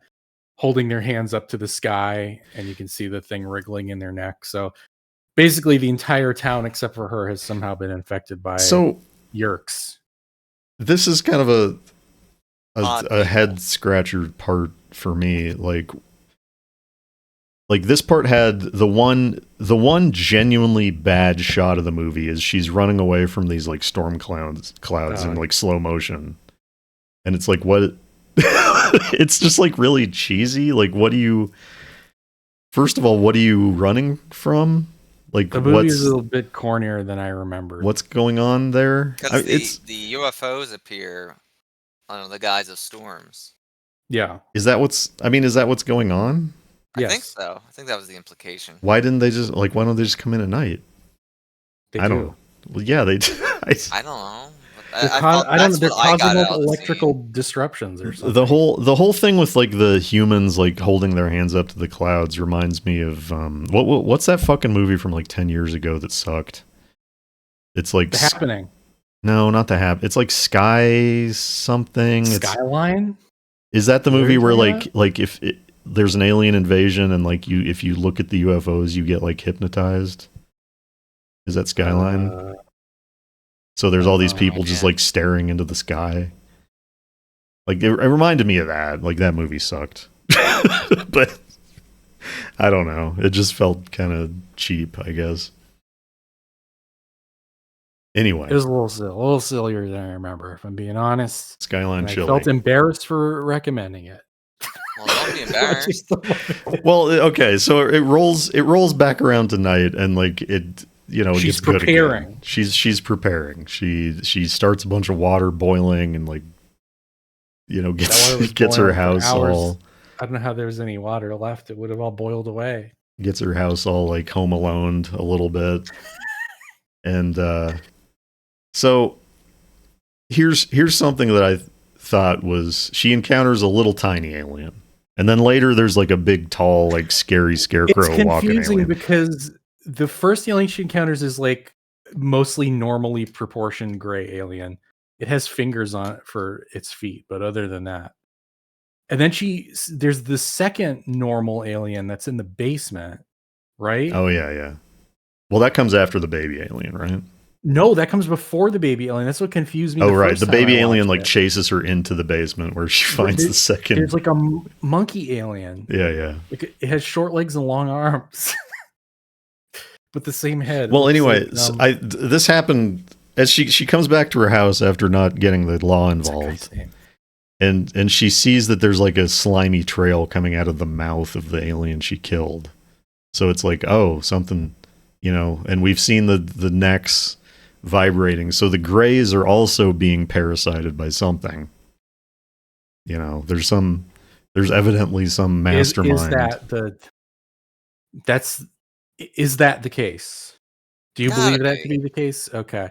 Because I didn't pick up on that until this second viewing, was that they're also a slave race being controlled by this separate parasitic, which is in line with a lot of alien theory, right? But like the first time I watched it, I was just like, oh, that's just like the life cycle of the alien. That's like the face hugger stage of the alien. But no, I think these are like a completely unrelated race, or maybe a symbiotic race. So what could be that? So she gets in a fight, with a couple different types of aliens, and I think that a strong point of the movie is that the audience, the viewer, has no fucking idea what these aliens are doing, and neither does she. And like that comes across. Aliens. Well, I forgot to mention that. Let me go off on my thing. So there's the little alien, and it's like coming after her, but like not too hard, and it's like a beast, but then like at some point it stops and like does this weird pose. And it just holds this weird pose, and she's like, what the fuck is going on? And so is the audience. And it's like, I think in some ways the movie, like that is effective because it's like, it just represents the aliens have alien intentions. Like you're kept off guard. You don't know what the fuck is going on.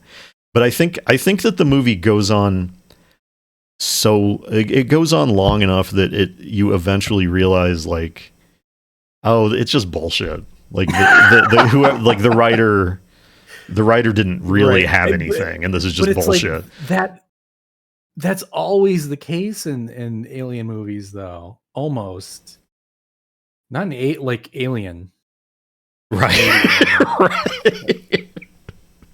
But like this is the same. This is the guy who wrote Underwater. Which I know Mortis is a big fan of that movie. Right? Yeah.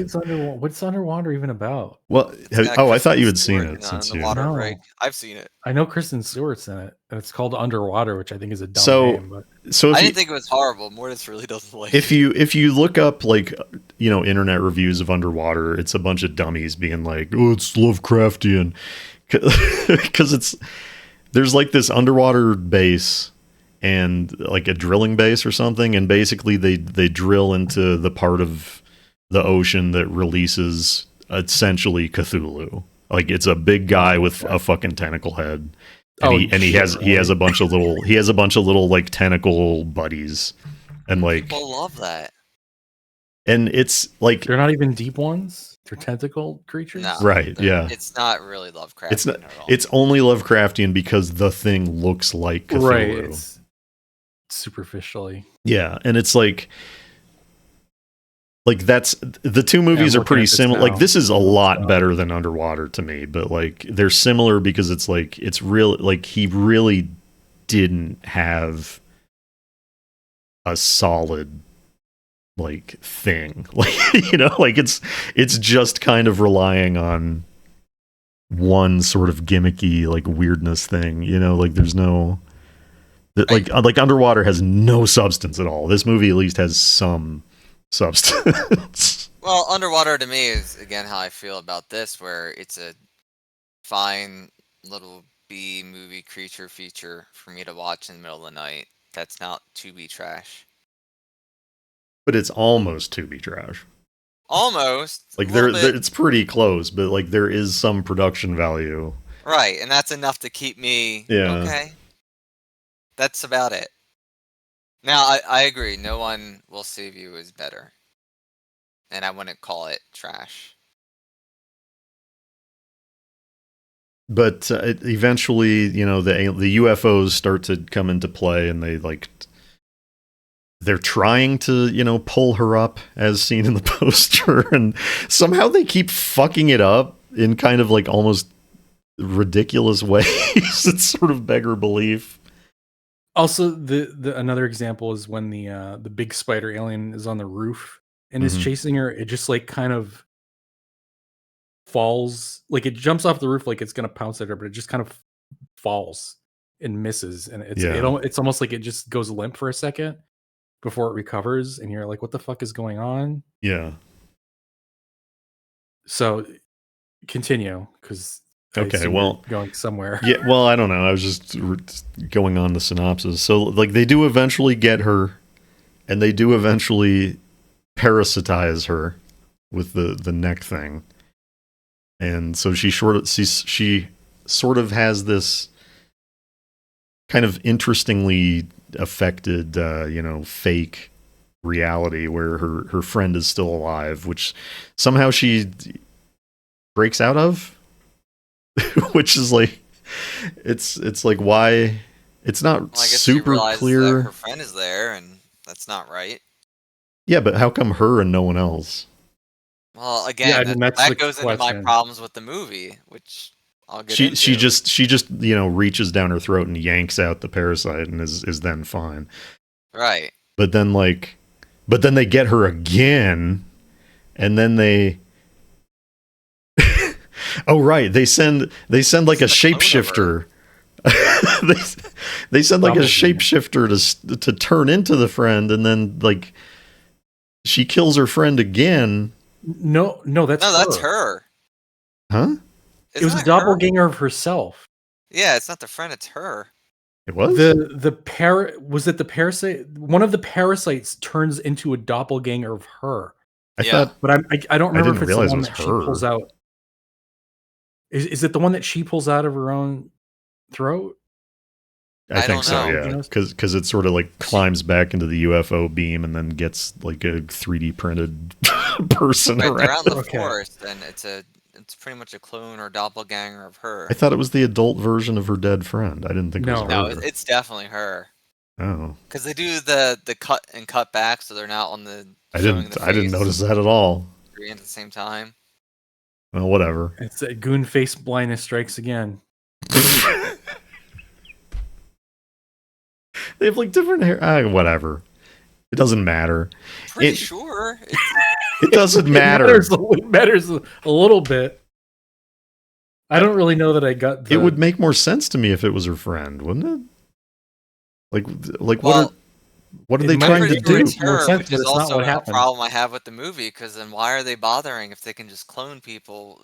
Where all the other who cares if they clone her? Is that part of the is that part of the thing? Is that they infect a person to get the genetic information or whatever so they can clone them, and that's what they're doing? Like, are the people we're seeing the original people, or are they doppelgangers of them for some reason?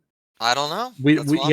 It's not clear, and it's sort of an unnecessary complication. Right, exactly. I was going to say, I'm wondering, but not in a good way. I'm wondering because it makes it messy.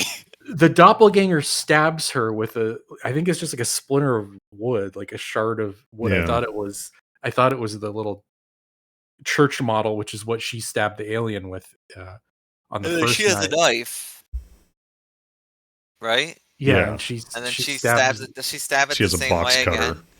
No, she just cuts her throat. Slashes the throat, I think. Oh. She doesn't do the guile back fist again. That'd be cool. But I don't really. That was a little. I don't really know what the purpose of that was. Well, I don't. Was there one? Am I just I not don't getting know. it, or I don't know. was it nonsense? It could be She's either. killing her ego. She's killing herself. The So, I mean, hero's journey. is that the point where they I don't finally, know. the aliens finally decide? They finally just We're gonna zap leave her her and get alone? her. Well, no, they get her and they pull her up into the UFO, and they have this whole, they force her to sort of relive her trauma of killing her friend. Like she walks through it. This is where the flashback happens. Yeah, so we finally find out about how, what really went down. And then for some reason, the aliens are like, okay, you get to go and continue to be a human, and we'll just take over the rest of the world, and you'll get to be the one human. And it's not clear if they take over just the town or the whole world. I don't think it really matters. But it doesn't make any sense. It's the part that is the important thing. And I hate it. So yeah, like what made the aliens decide to spare her? Was it because of her specific trauma? Was it because she fought back? Is it a combination of the two? And I think this is because she has more. I don't know. I think this is sort of this is the underwater part. It's like you didn't really have anything. You just had aliens. Like you just had the kind of cool looking aliens that are weird, and like that's all you had. You didn't really have like a full script. You just. It's also not her properly working through her trauma if her trauma was the thing that's keeping her human. Do you know what I mean? Well, we should mention that the one line of the movie is, and I can't remember if this happens during the fake. It's when she's got the neck parasite. So it's when she sees her friend. Yeah. The fake version. Okay. Yeah. It's she like says, what? I'm sorry, Maud. Yeah, I'm sorry, Maud. Why the hell are you naming a 12-year-old girl Maud in the modern day? You can't come up with anything else. You have one line and you choose Maud. Yeah. train spotting. Choose Maud. So I mean, her apologizing to her friend, which at this point we still don't know what she did to her. We know she's responsible for her death in some way. If you're paying attention, you've picked it up. It's pretty fucking obvious. Well, I mean, that's at the end of the movie, you're a human, right? And well, they let me live because I killed my friend when we were 12. I think we're talking about something else. What? I don't know. Figure it out. What was I talking about? You were talking about when she says, "I'm sorry, Maud." Yeah. Yeah, I lost the one line of dialogue. It's just I had something really profound. The aliens, their intentions are alien until it becomes evident that their intentions have not been decided and written. Like it's just sort of arbitrary. I think I still like the ending because the ending is. Tell us what the ending is. The ending is, well, she's the only. Well, you kind of said it. Like she's the only human left. The entire rest of the town is infected by the aliens, but they're like nice to her now. Yeah, like she's swing dancing with the hunk that she had her eye on. Right, they have like a dance party on a bunch of like this. Right, and she's happy instead of being mad about it. Right. It almost seems a little like fake, like it doesn't even really seem it's really happening. Fake fantasy in her head because there's a worm in her brain, like who knows? RFK Jr. I mean, do you like that? Would you want to live in a fantasy like that where you're the only No, I think that's like a bad ending. Yeah, I think it's for a horrible the character. ending. I think that's a bad ending as a character arc. I agree. Yeah, she's happy with it. That's But as an ending to the movie, it's like a nasty ending. Right. It's like she's nasty. Like, Right. she's Right. nasty. That she's Exactly. you know, this is the reaction of someone who murdered her friend in cold blood. Right. Maybe not by accident after all. So maybe it was deserved for everyone treating her like shit because she's It's a like- fucking piece of shit person. But sometimes I like a nasty ending, you know? Like one of my favorite movies, if we ever get to my fucking top 10 list, hint hint, Oh yeah. is The Mist, which has one of the nastiest endings of any film of all time. I agree, but I do like that And one better. I fucking love it for Yeah. that. The ending of that movie I think that's a good movie anyway, but I think the ending elevates it to like a whole new level. But I mean, that has a nasty ending, but thought he was doing the right thing Yeah. from a character point of Yeah. view. For her, It did- she's just sure. It sort I of don't know. made me think of It like the sours John me. Carpenter apocalypse movies, you know, like the world seems to have ended. Yeah, but But like as an ending, it's just a for- totally different tone. as an ending for an alien invasion movie, what are your options? Either she dies, she thwarts the alien invasion, or you have something like this where she lives with the aliens. Like those are the only No. three options, and it's the most interesting of the three options, I think. Yeah, I Yeah. agree, and it is the way you end the story from a basic story writing perspective. But I'm like, this is. I think it's kind of cool to have a twist in a movie where there's no dialogue and the character is never able to actually vocalize her inner thoughts. To have the twist ending be, oh, this character is actually is a piece of shit. That's actually okay, kind of that's cool. good. I do like that you're saying it like that. Okay. Yeah. And I think that works with the whole lack of dialogue. I think She's- that's a strength. She is a good And- actor. I think like her reactions and Caitlin actions Dever. are all I've only like, seen her in a the few context things. of the dialogueless film. It's like very good, I think How'd they with find the a exception woman of who running wouldn't away talk? from clouds. What'd you say? I said, how'd they find a woman who wouldn't talk? Oh boy. So anyway, that's No One Will Save You. You can watch it if you want. It's on Hulu. I wouldn't bother. I now said if- check it if you out. listen to the whole, you think so? Yeah, as I said, if you go in my perspective, where it's a nice late night creature feature, I think it's great. That's genuine praise. I For think me, 'cause it's- I look for movies like that. I think it's got some effective like. Yeah, but you put on suspense movies action at like scenes. 2x speed to like have on while you're playing Fortnite.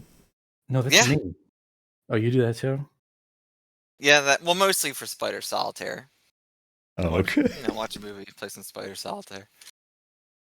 It's a Minesweeper. So I'm an old man. the final movie of the episode, and we'll probably have less to say about this than No One Will Save You. Best Yeah. visual effects. Last year's Oscars, this year's Oscars winner, Cheers. Yeah. Godzilla Minus One. Totally deserved, by the way. This Yeah. incredible special effects. You think? Well, Oh, now yeah. you're sounding sarcastic. I thought they look no, I'm being genuine. I thought this looked really good. So, You don't Count. think so? I thought it Did you looked see really this in the good. theater, Count? I saw it in theaters. I It was kinda the wish first I time had. I've been to theaters since like 2018, last December. I hate the fucking theater. Me too. I want to go see Furiosa, but then I think about going to the theaters, and I just don't want to go. But yeah, me and CyRaptor had not seen this until last night somehow, and I really was surprised by a lot of what's up. The dog. Yeah.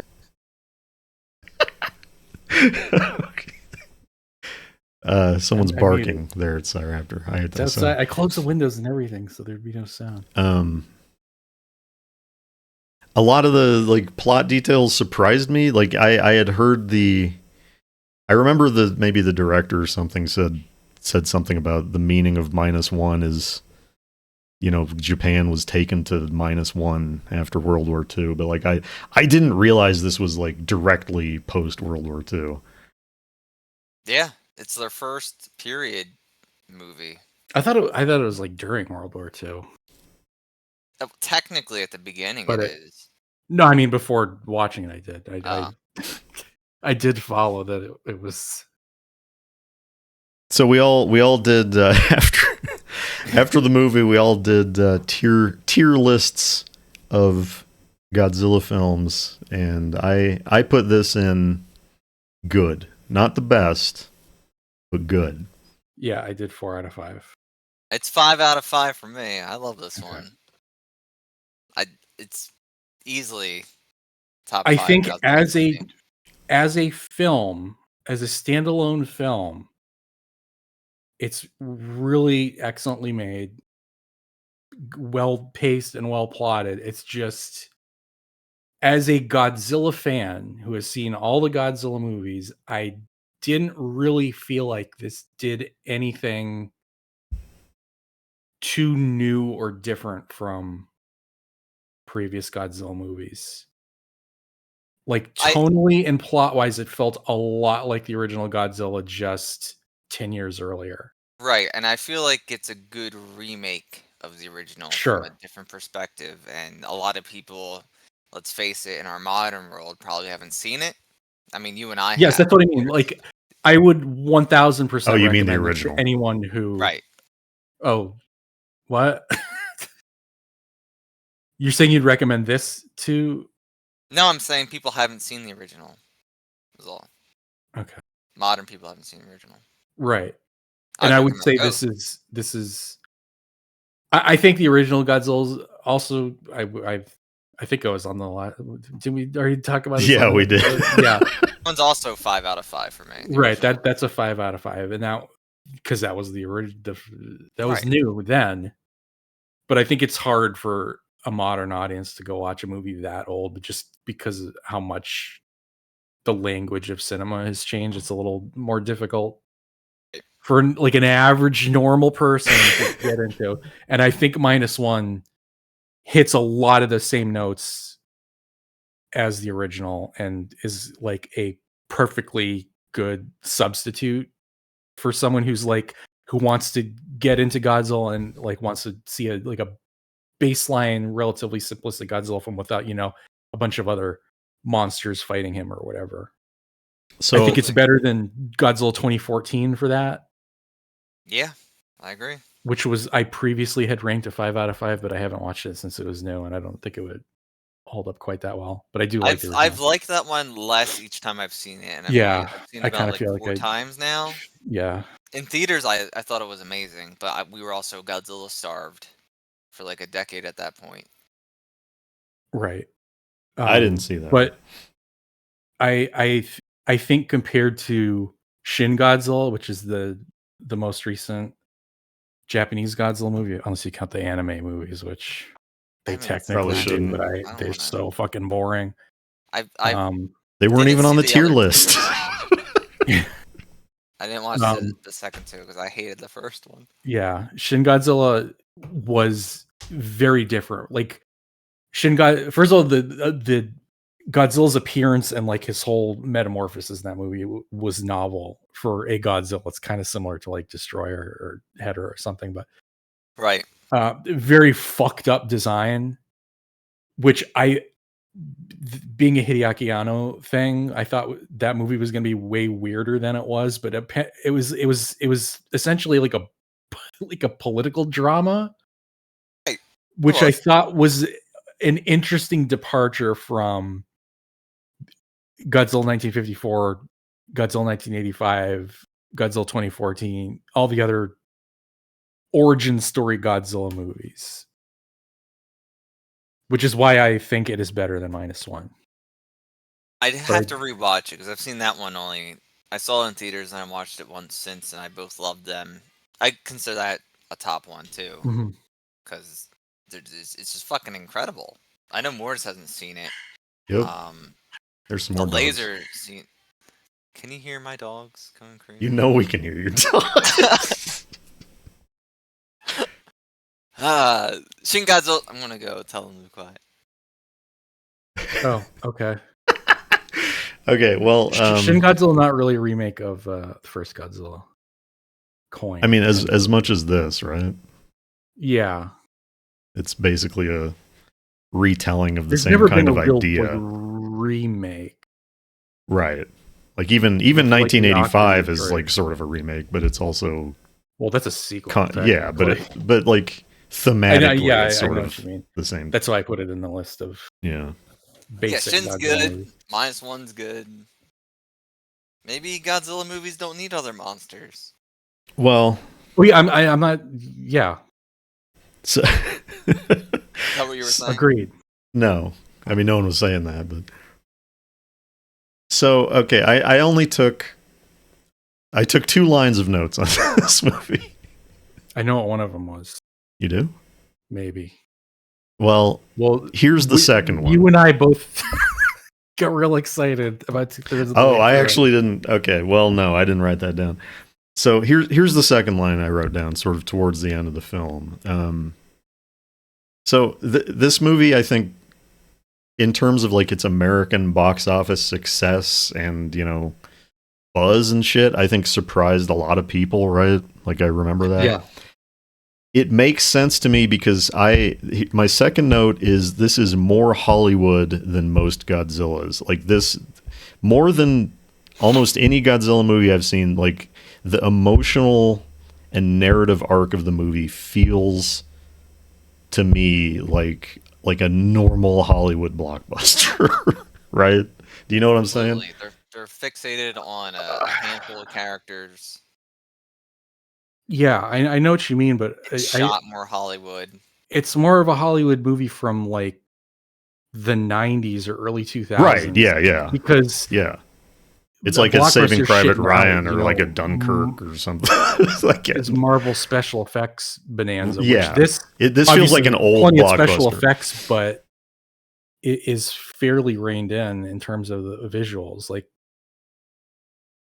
just and I think that's the emotional arc of the film feels like an old American Hollywood blockbuster, which I think a lot of people miss. I think there's a lot of exhaustion about modern blockbusters. Yeah, it's just interesting because like so many Godzilla movies like have such a weird, languid pace that's sort of like toxic to their success in America, right? Absolutely. It's hard to think of other characters in other Godzilla movies.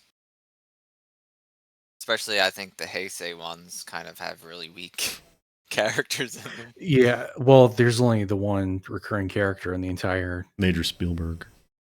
No, not Major Spielberg. Mickey. Mickey? Is that the robot? Mickey. No, the psychic girl. She's Mickey, like Mickey. Okay. Man, remember? I forgot about the robot until just now. Remember that? What robot? What? The cyborg in that one Godzilla movie who like runs really fast and it's like a really bad effect. I thought you were talking about Unfrosted again. No. Is there a robot Unfrosted?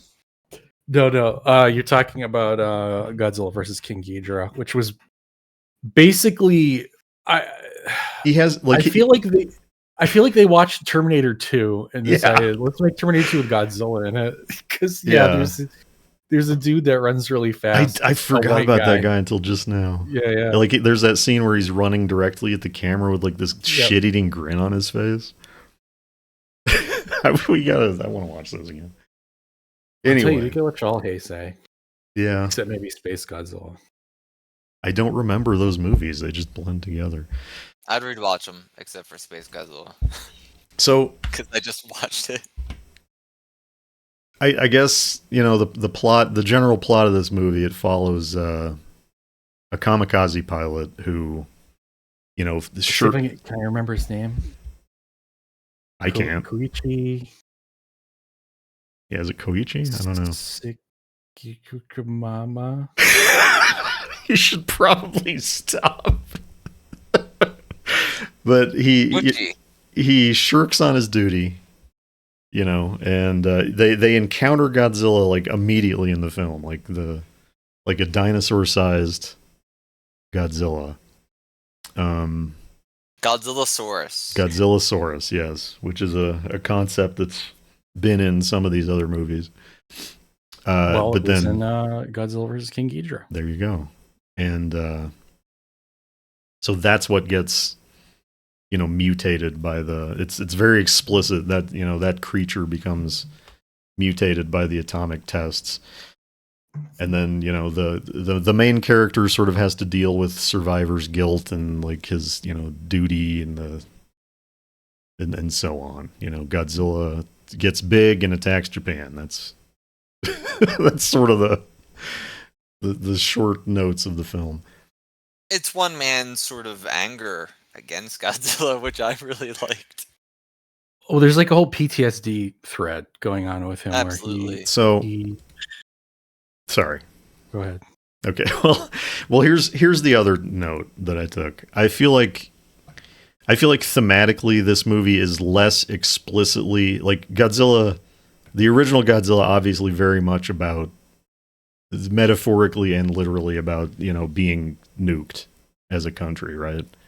Mm. Right. I feel like this is less explicitly about the nuke and more about like the helplessness and survivor's guilt and like rage of like being in the path of an unstoppable force that's like fucking up your country, right?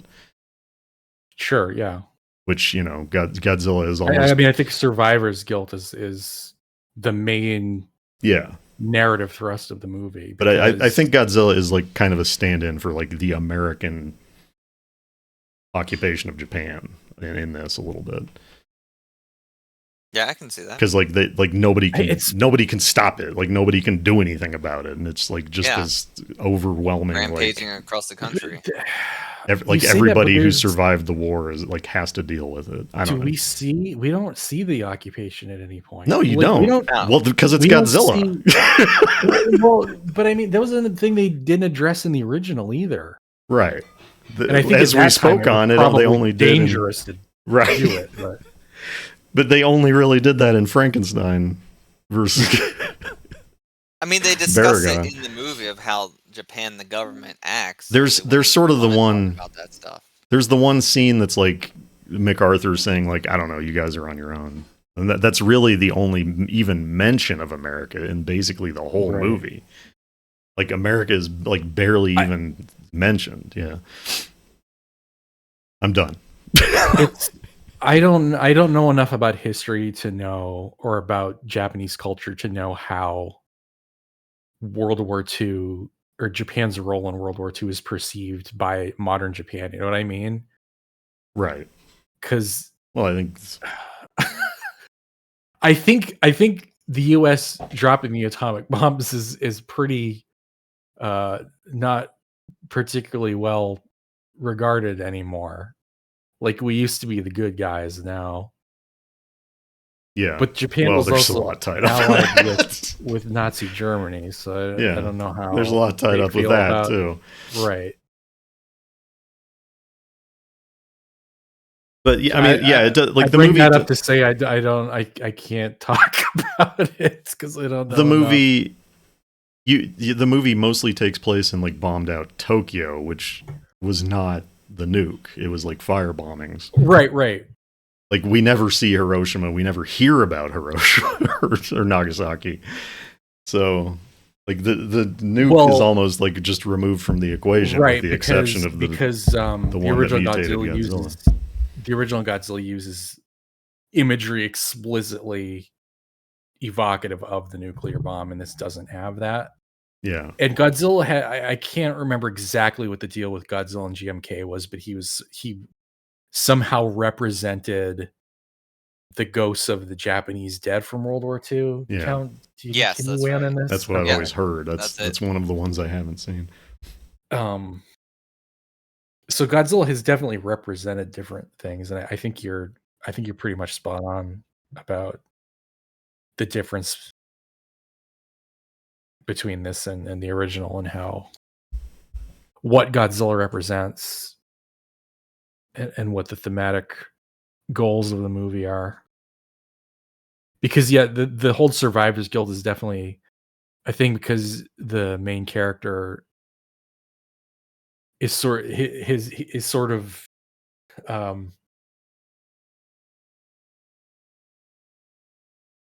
his narrative arc is when the Godzilla first attacks Odo Island, which, by the way, reference to the original, little Easter egg for fans there. He's supposed to shoot him, and he freezes up, and as a result, Godzilla slaughters the entire garrison there. Yeah, and then I think he blames himself for when Godzilla, shows up in Ginza. Ginza. Yeah. Ginza. Yeah. And his common law wife gets killed. Yeah. By Godzilla, or so we think. I feel like he might blame himself for Godzilla in general because they had the chance to kill him, and then right. That's what I'm saying. Yeah. So, and that's why we haven't actually gotten to this part in the plot yet, but like why he decides to go on his little suicide mission, or so we think. But I don't really want to hit beat by beat, but I don't really know what else to say. It's not that dense of a plot either. I mean, compared to No One Will Save You, this is like, that wasn't dense either. These are like three of the least dense movies. The two of you? That was reasonably good. Okay, like I think so too. I remember like I said, it felt like it went really fast, and then watching it again last night, I was like, it's got pretty good pacing. Could have used a little more Godzilla. Yeah, not gonna lie. Well, we always want more Godzilla. Godzilla was underwater a lot. Can I talk about my? I always thought when Godzilla was in the water, like he was walking on the bottom of the ocean floor. He's swimming. He's just so big, he like is sticking out. But yeah, he's like explicitly. Well, no, he's swimming. Like when he's chasing the boat and stuff, he's explicitly swimming because he's like sprawled out and swimming. Mm-hmm. But then later, he's just like kind of waiting, right? I thought he could float like a whale. Oh yeah, kind of at the very end. He is just kind of like standing up. Yeah, he's like standing, but then that's when he's standing up is when they pull him down 3 miles with bubbles. Yeah, which I thought the whole plan was a little silly. I guess it technically didn't work. I mean, so. I thought it was reminiscent of the Oxygen Destroyer while not getting into science fiction necessarily. So, like, I think in that way it was fine. Right, but I feel like the Oxygen Destroyer was almost better because it was a made-up contrivance. I mean, it's like we have a giant fucking lizard. Like, why can't we get into science fiction? But I think in everything other than Godzilla, I think the movie was like grounded. So they don't really explain the mechanics of the Oxygen Destroyer. I think that much. Yeah, not really. It's like sort of techno babble. If he could skeletonize a fish. Yeah. And this was a little too technical, like. Freon bubbles, and they're going to give Godzilla the bends. Well, it's it's like I said, it's like Miguel Ferrer and Deep Star 6. They're going to fucking decompress him and blow him up, but it doesn't work right. Yeah, and I do have to say the death scene. Godzilla dies in this movie, or so we think. Yeah, there's a lot of or so we think. Yeah. So, but on that note, here's another thought I had this morning in the shower. What? I just wanted to say the death scene and versus Destroyer was way better. So, here's a thought I had. It looks cool. It's sad. There's sad music playing. Yeah, it's not very. You really have no. Like, even in the original, you kind of end up with some empathy for Godzilla, right? Like, you really don't in this at all, I think. Oh, no, he's a fucking... He's a very animalistic incarnation of Godzilla, I would say. Just a hateful creature. You don't get much, like... So even though the... behind the eyes. Even though the nuclear...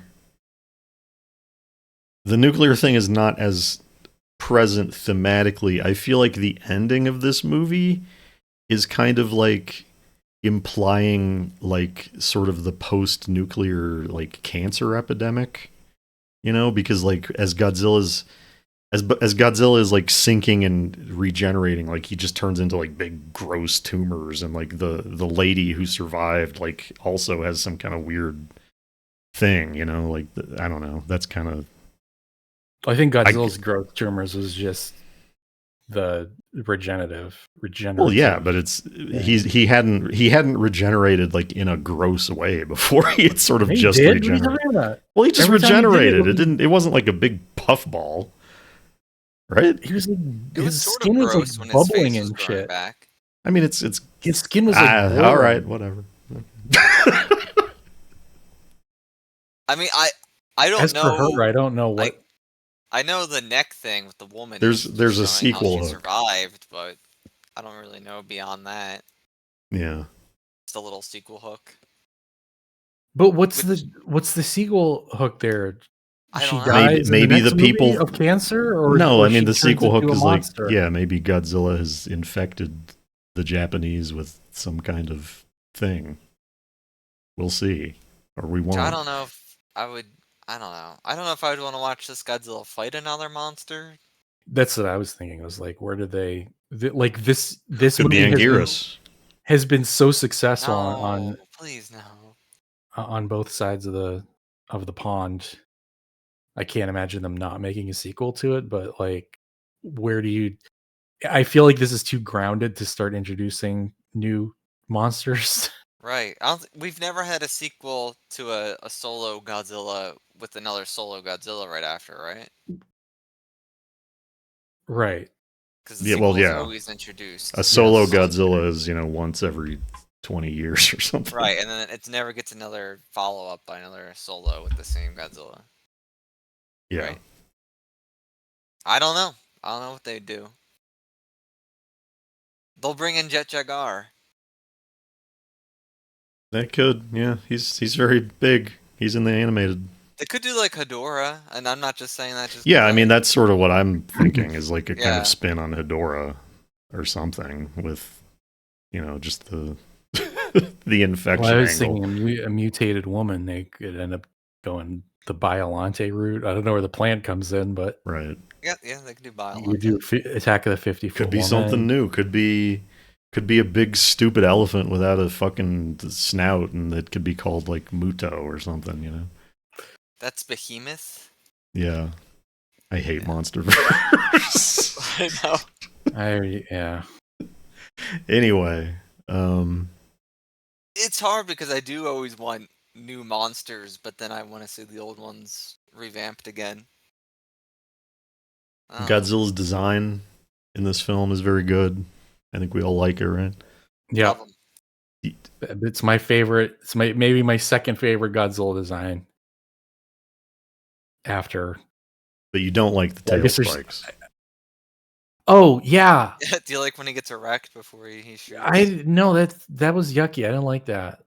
Like when he's powering up, his fins glow starting from sequentially from his tail up to his neck. That I'm fine with.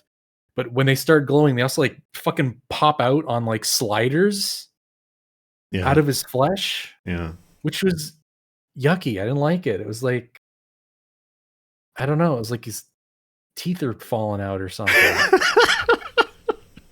You know what I mean, though? Like, yeah, I don't know. I mean, if they sort of grew like crystalline shit, really that would have been cooler. I think you may have a version going on that we don't have. Toyetic. It was toyetic. That's what it was. Yeah, a little. Yeah. It was like, you press the button and all spines pop out and they're made of clear plastic and there's a light that flashes. Yeah. I get what you're saying. And there's like attack mode Godzilla, Yeah. But the Japanese usually don't make toys like that. They just make the Sofubi. The fuck are you talking about? With the idea of it, there's not. Yeah, Japanese toys generally don't have like action features. That's more of an American toy thing. Yeah.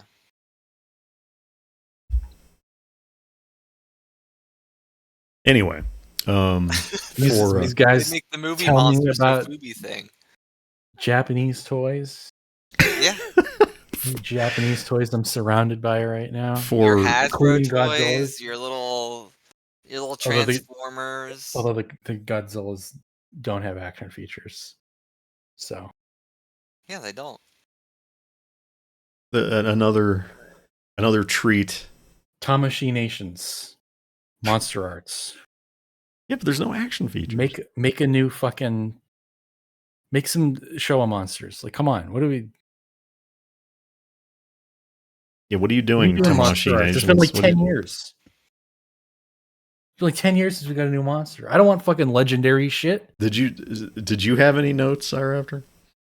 I didn't have any notes about anything. We're talking about the plane. Yeah, the Shinden. I was so for any freaks, for any aviation freaks, there's a big treat in the film. The famous Japanese prototype plane, the Shinden, is critical in the climax To me, this of the was film. a sci-fi element because it was just. It's a real thing, though. I know, but it was supposed to be so advanced, and then they canceled it, and that was they canceled it because the war ended. Right, but I just meant this super plane is kind of like on that edge of the future. But I mean, I don't know. It's good. thing It's cool. like it. There's a lot of really good just shots of the hero flying the plane. You can feel the power of the plane. He wants to kamikaze Godzilla. I don't think we mentioned that.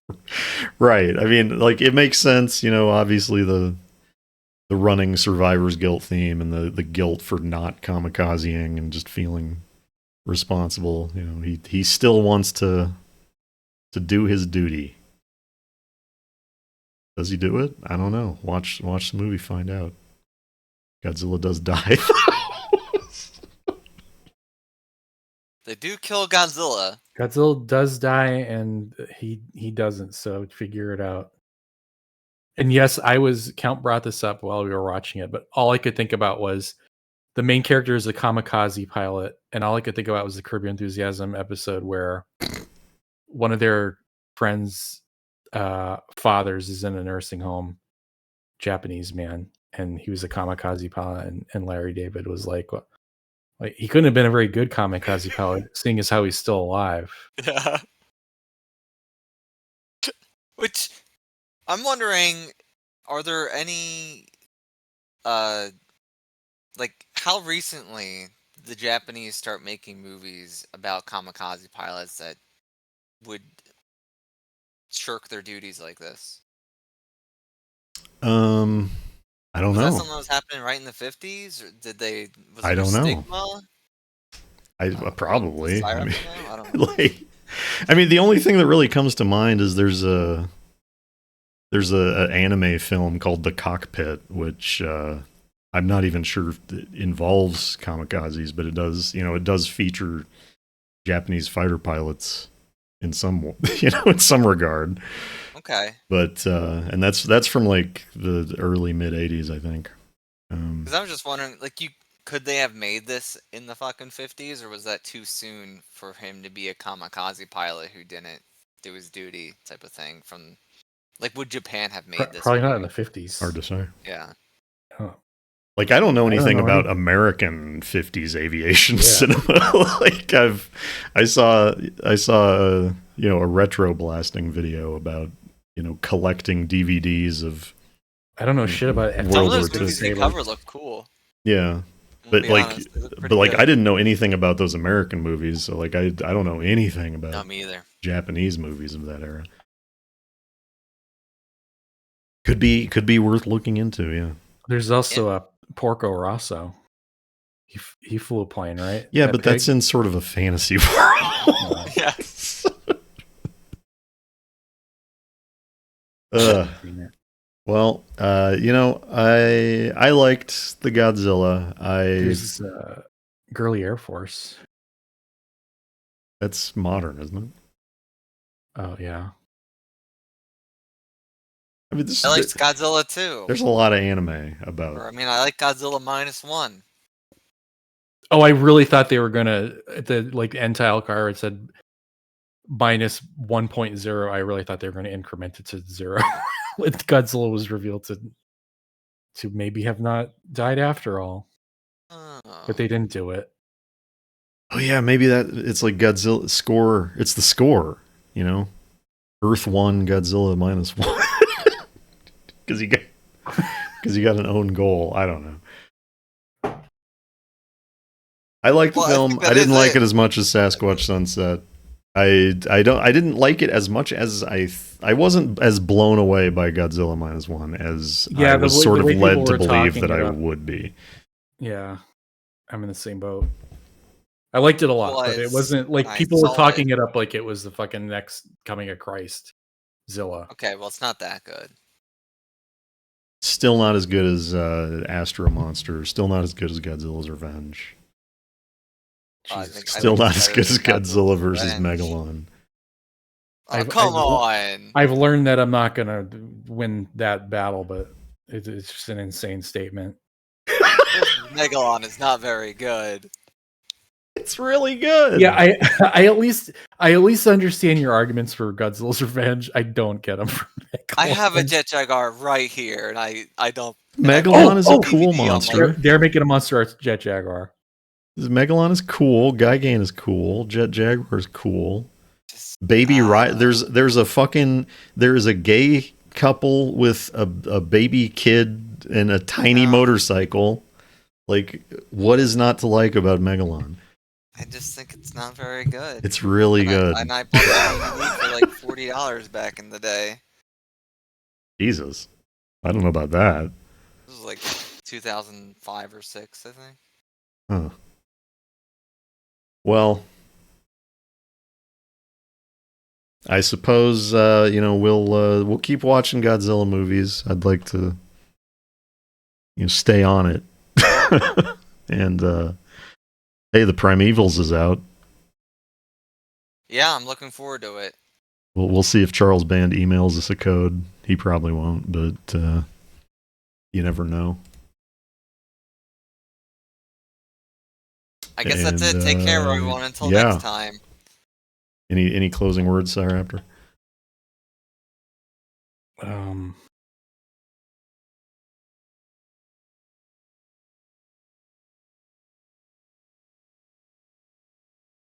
No. It's only goodbye for a little while. I was trying to think of something funny. All right, see you soon, folks. Eat your Pop-Tarts. There you go. Got him!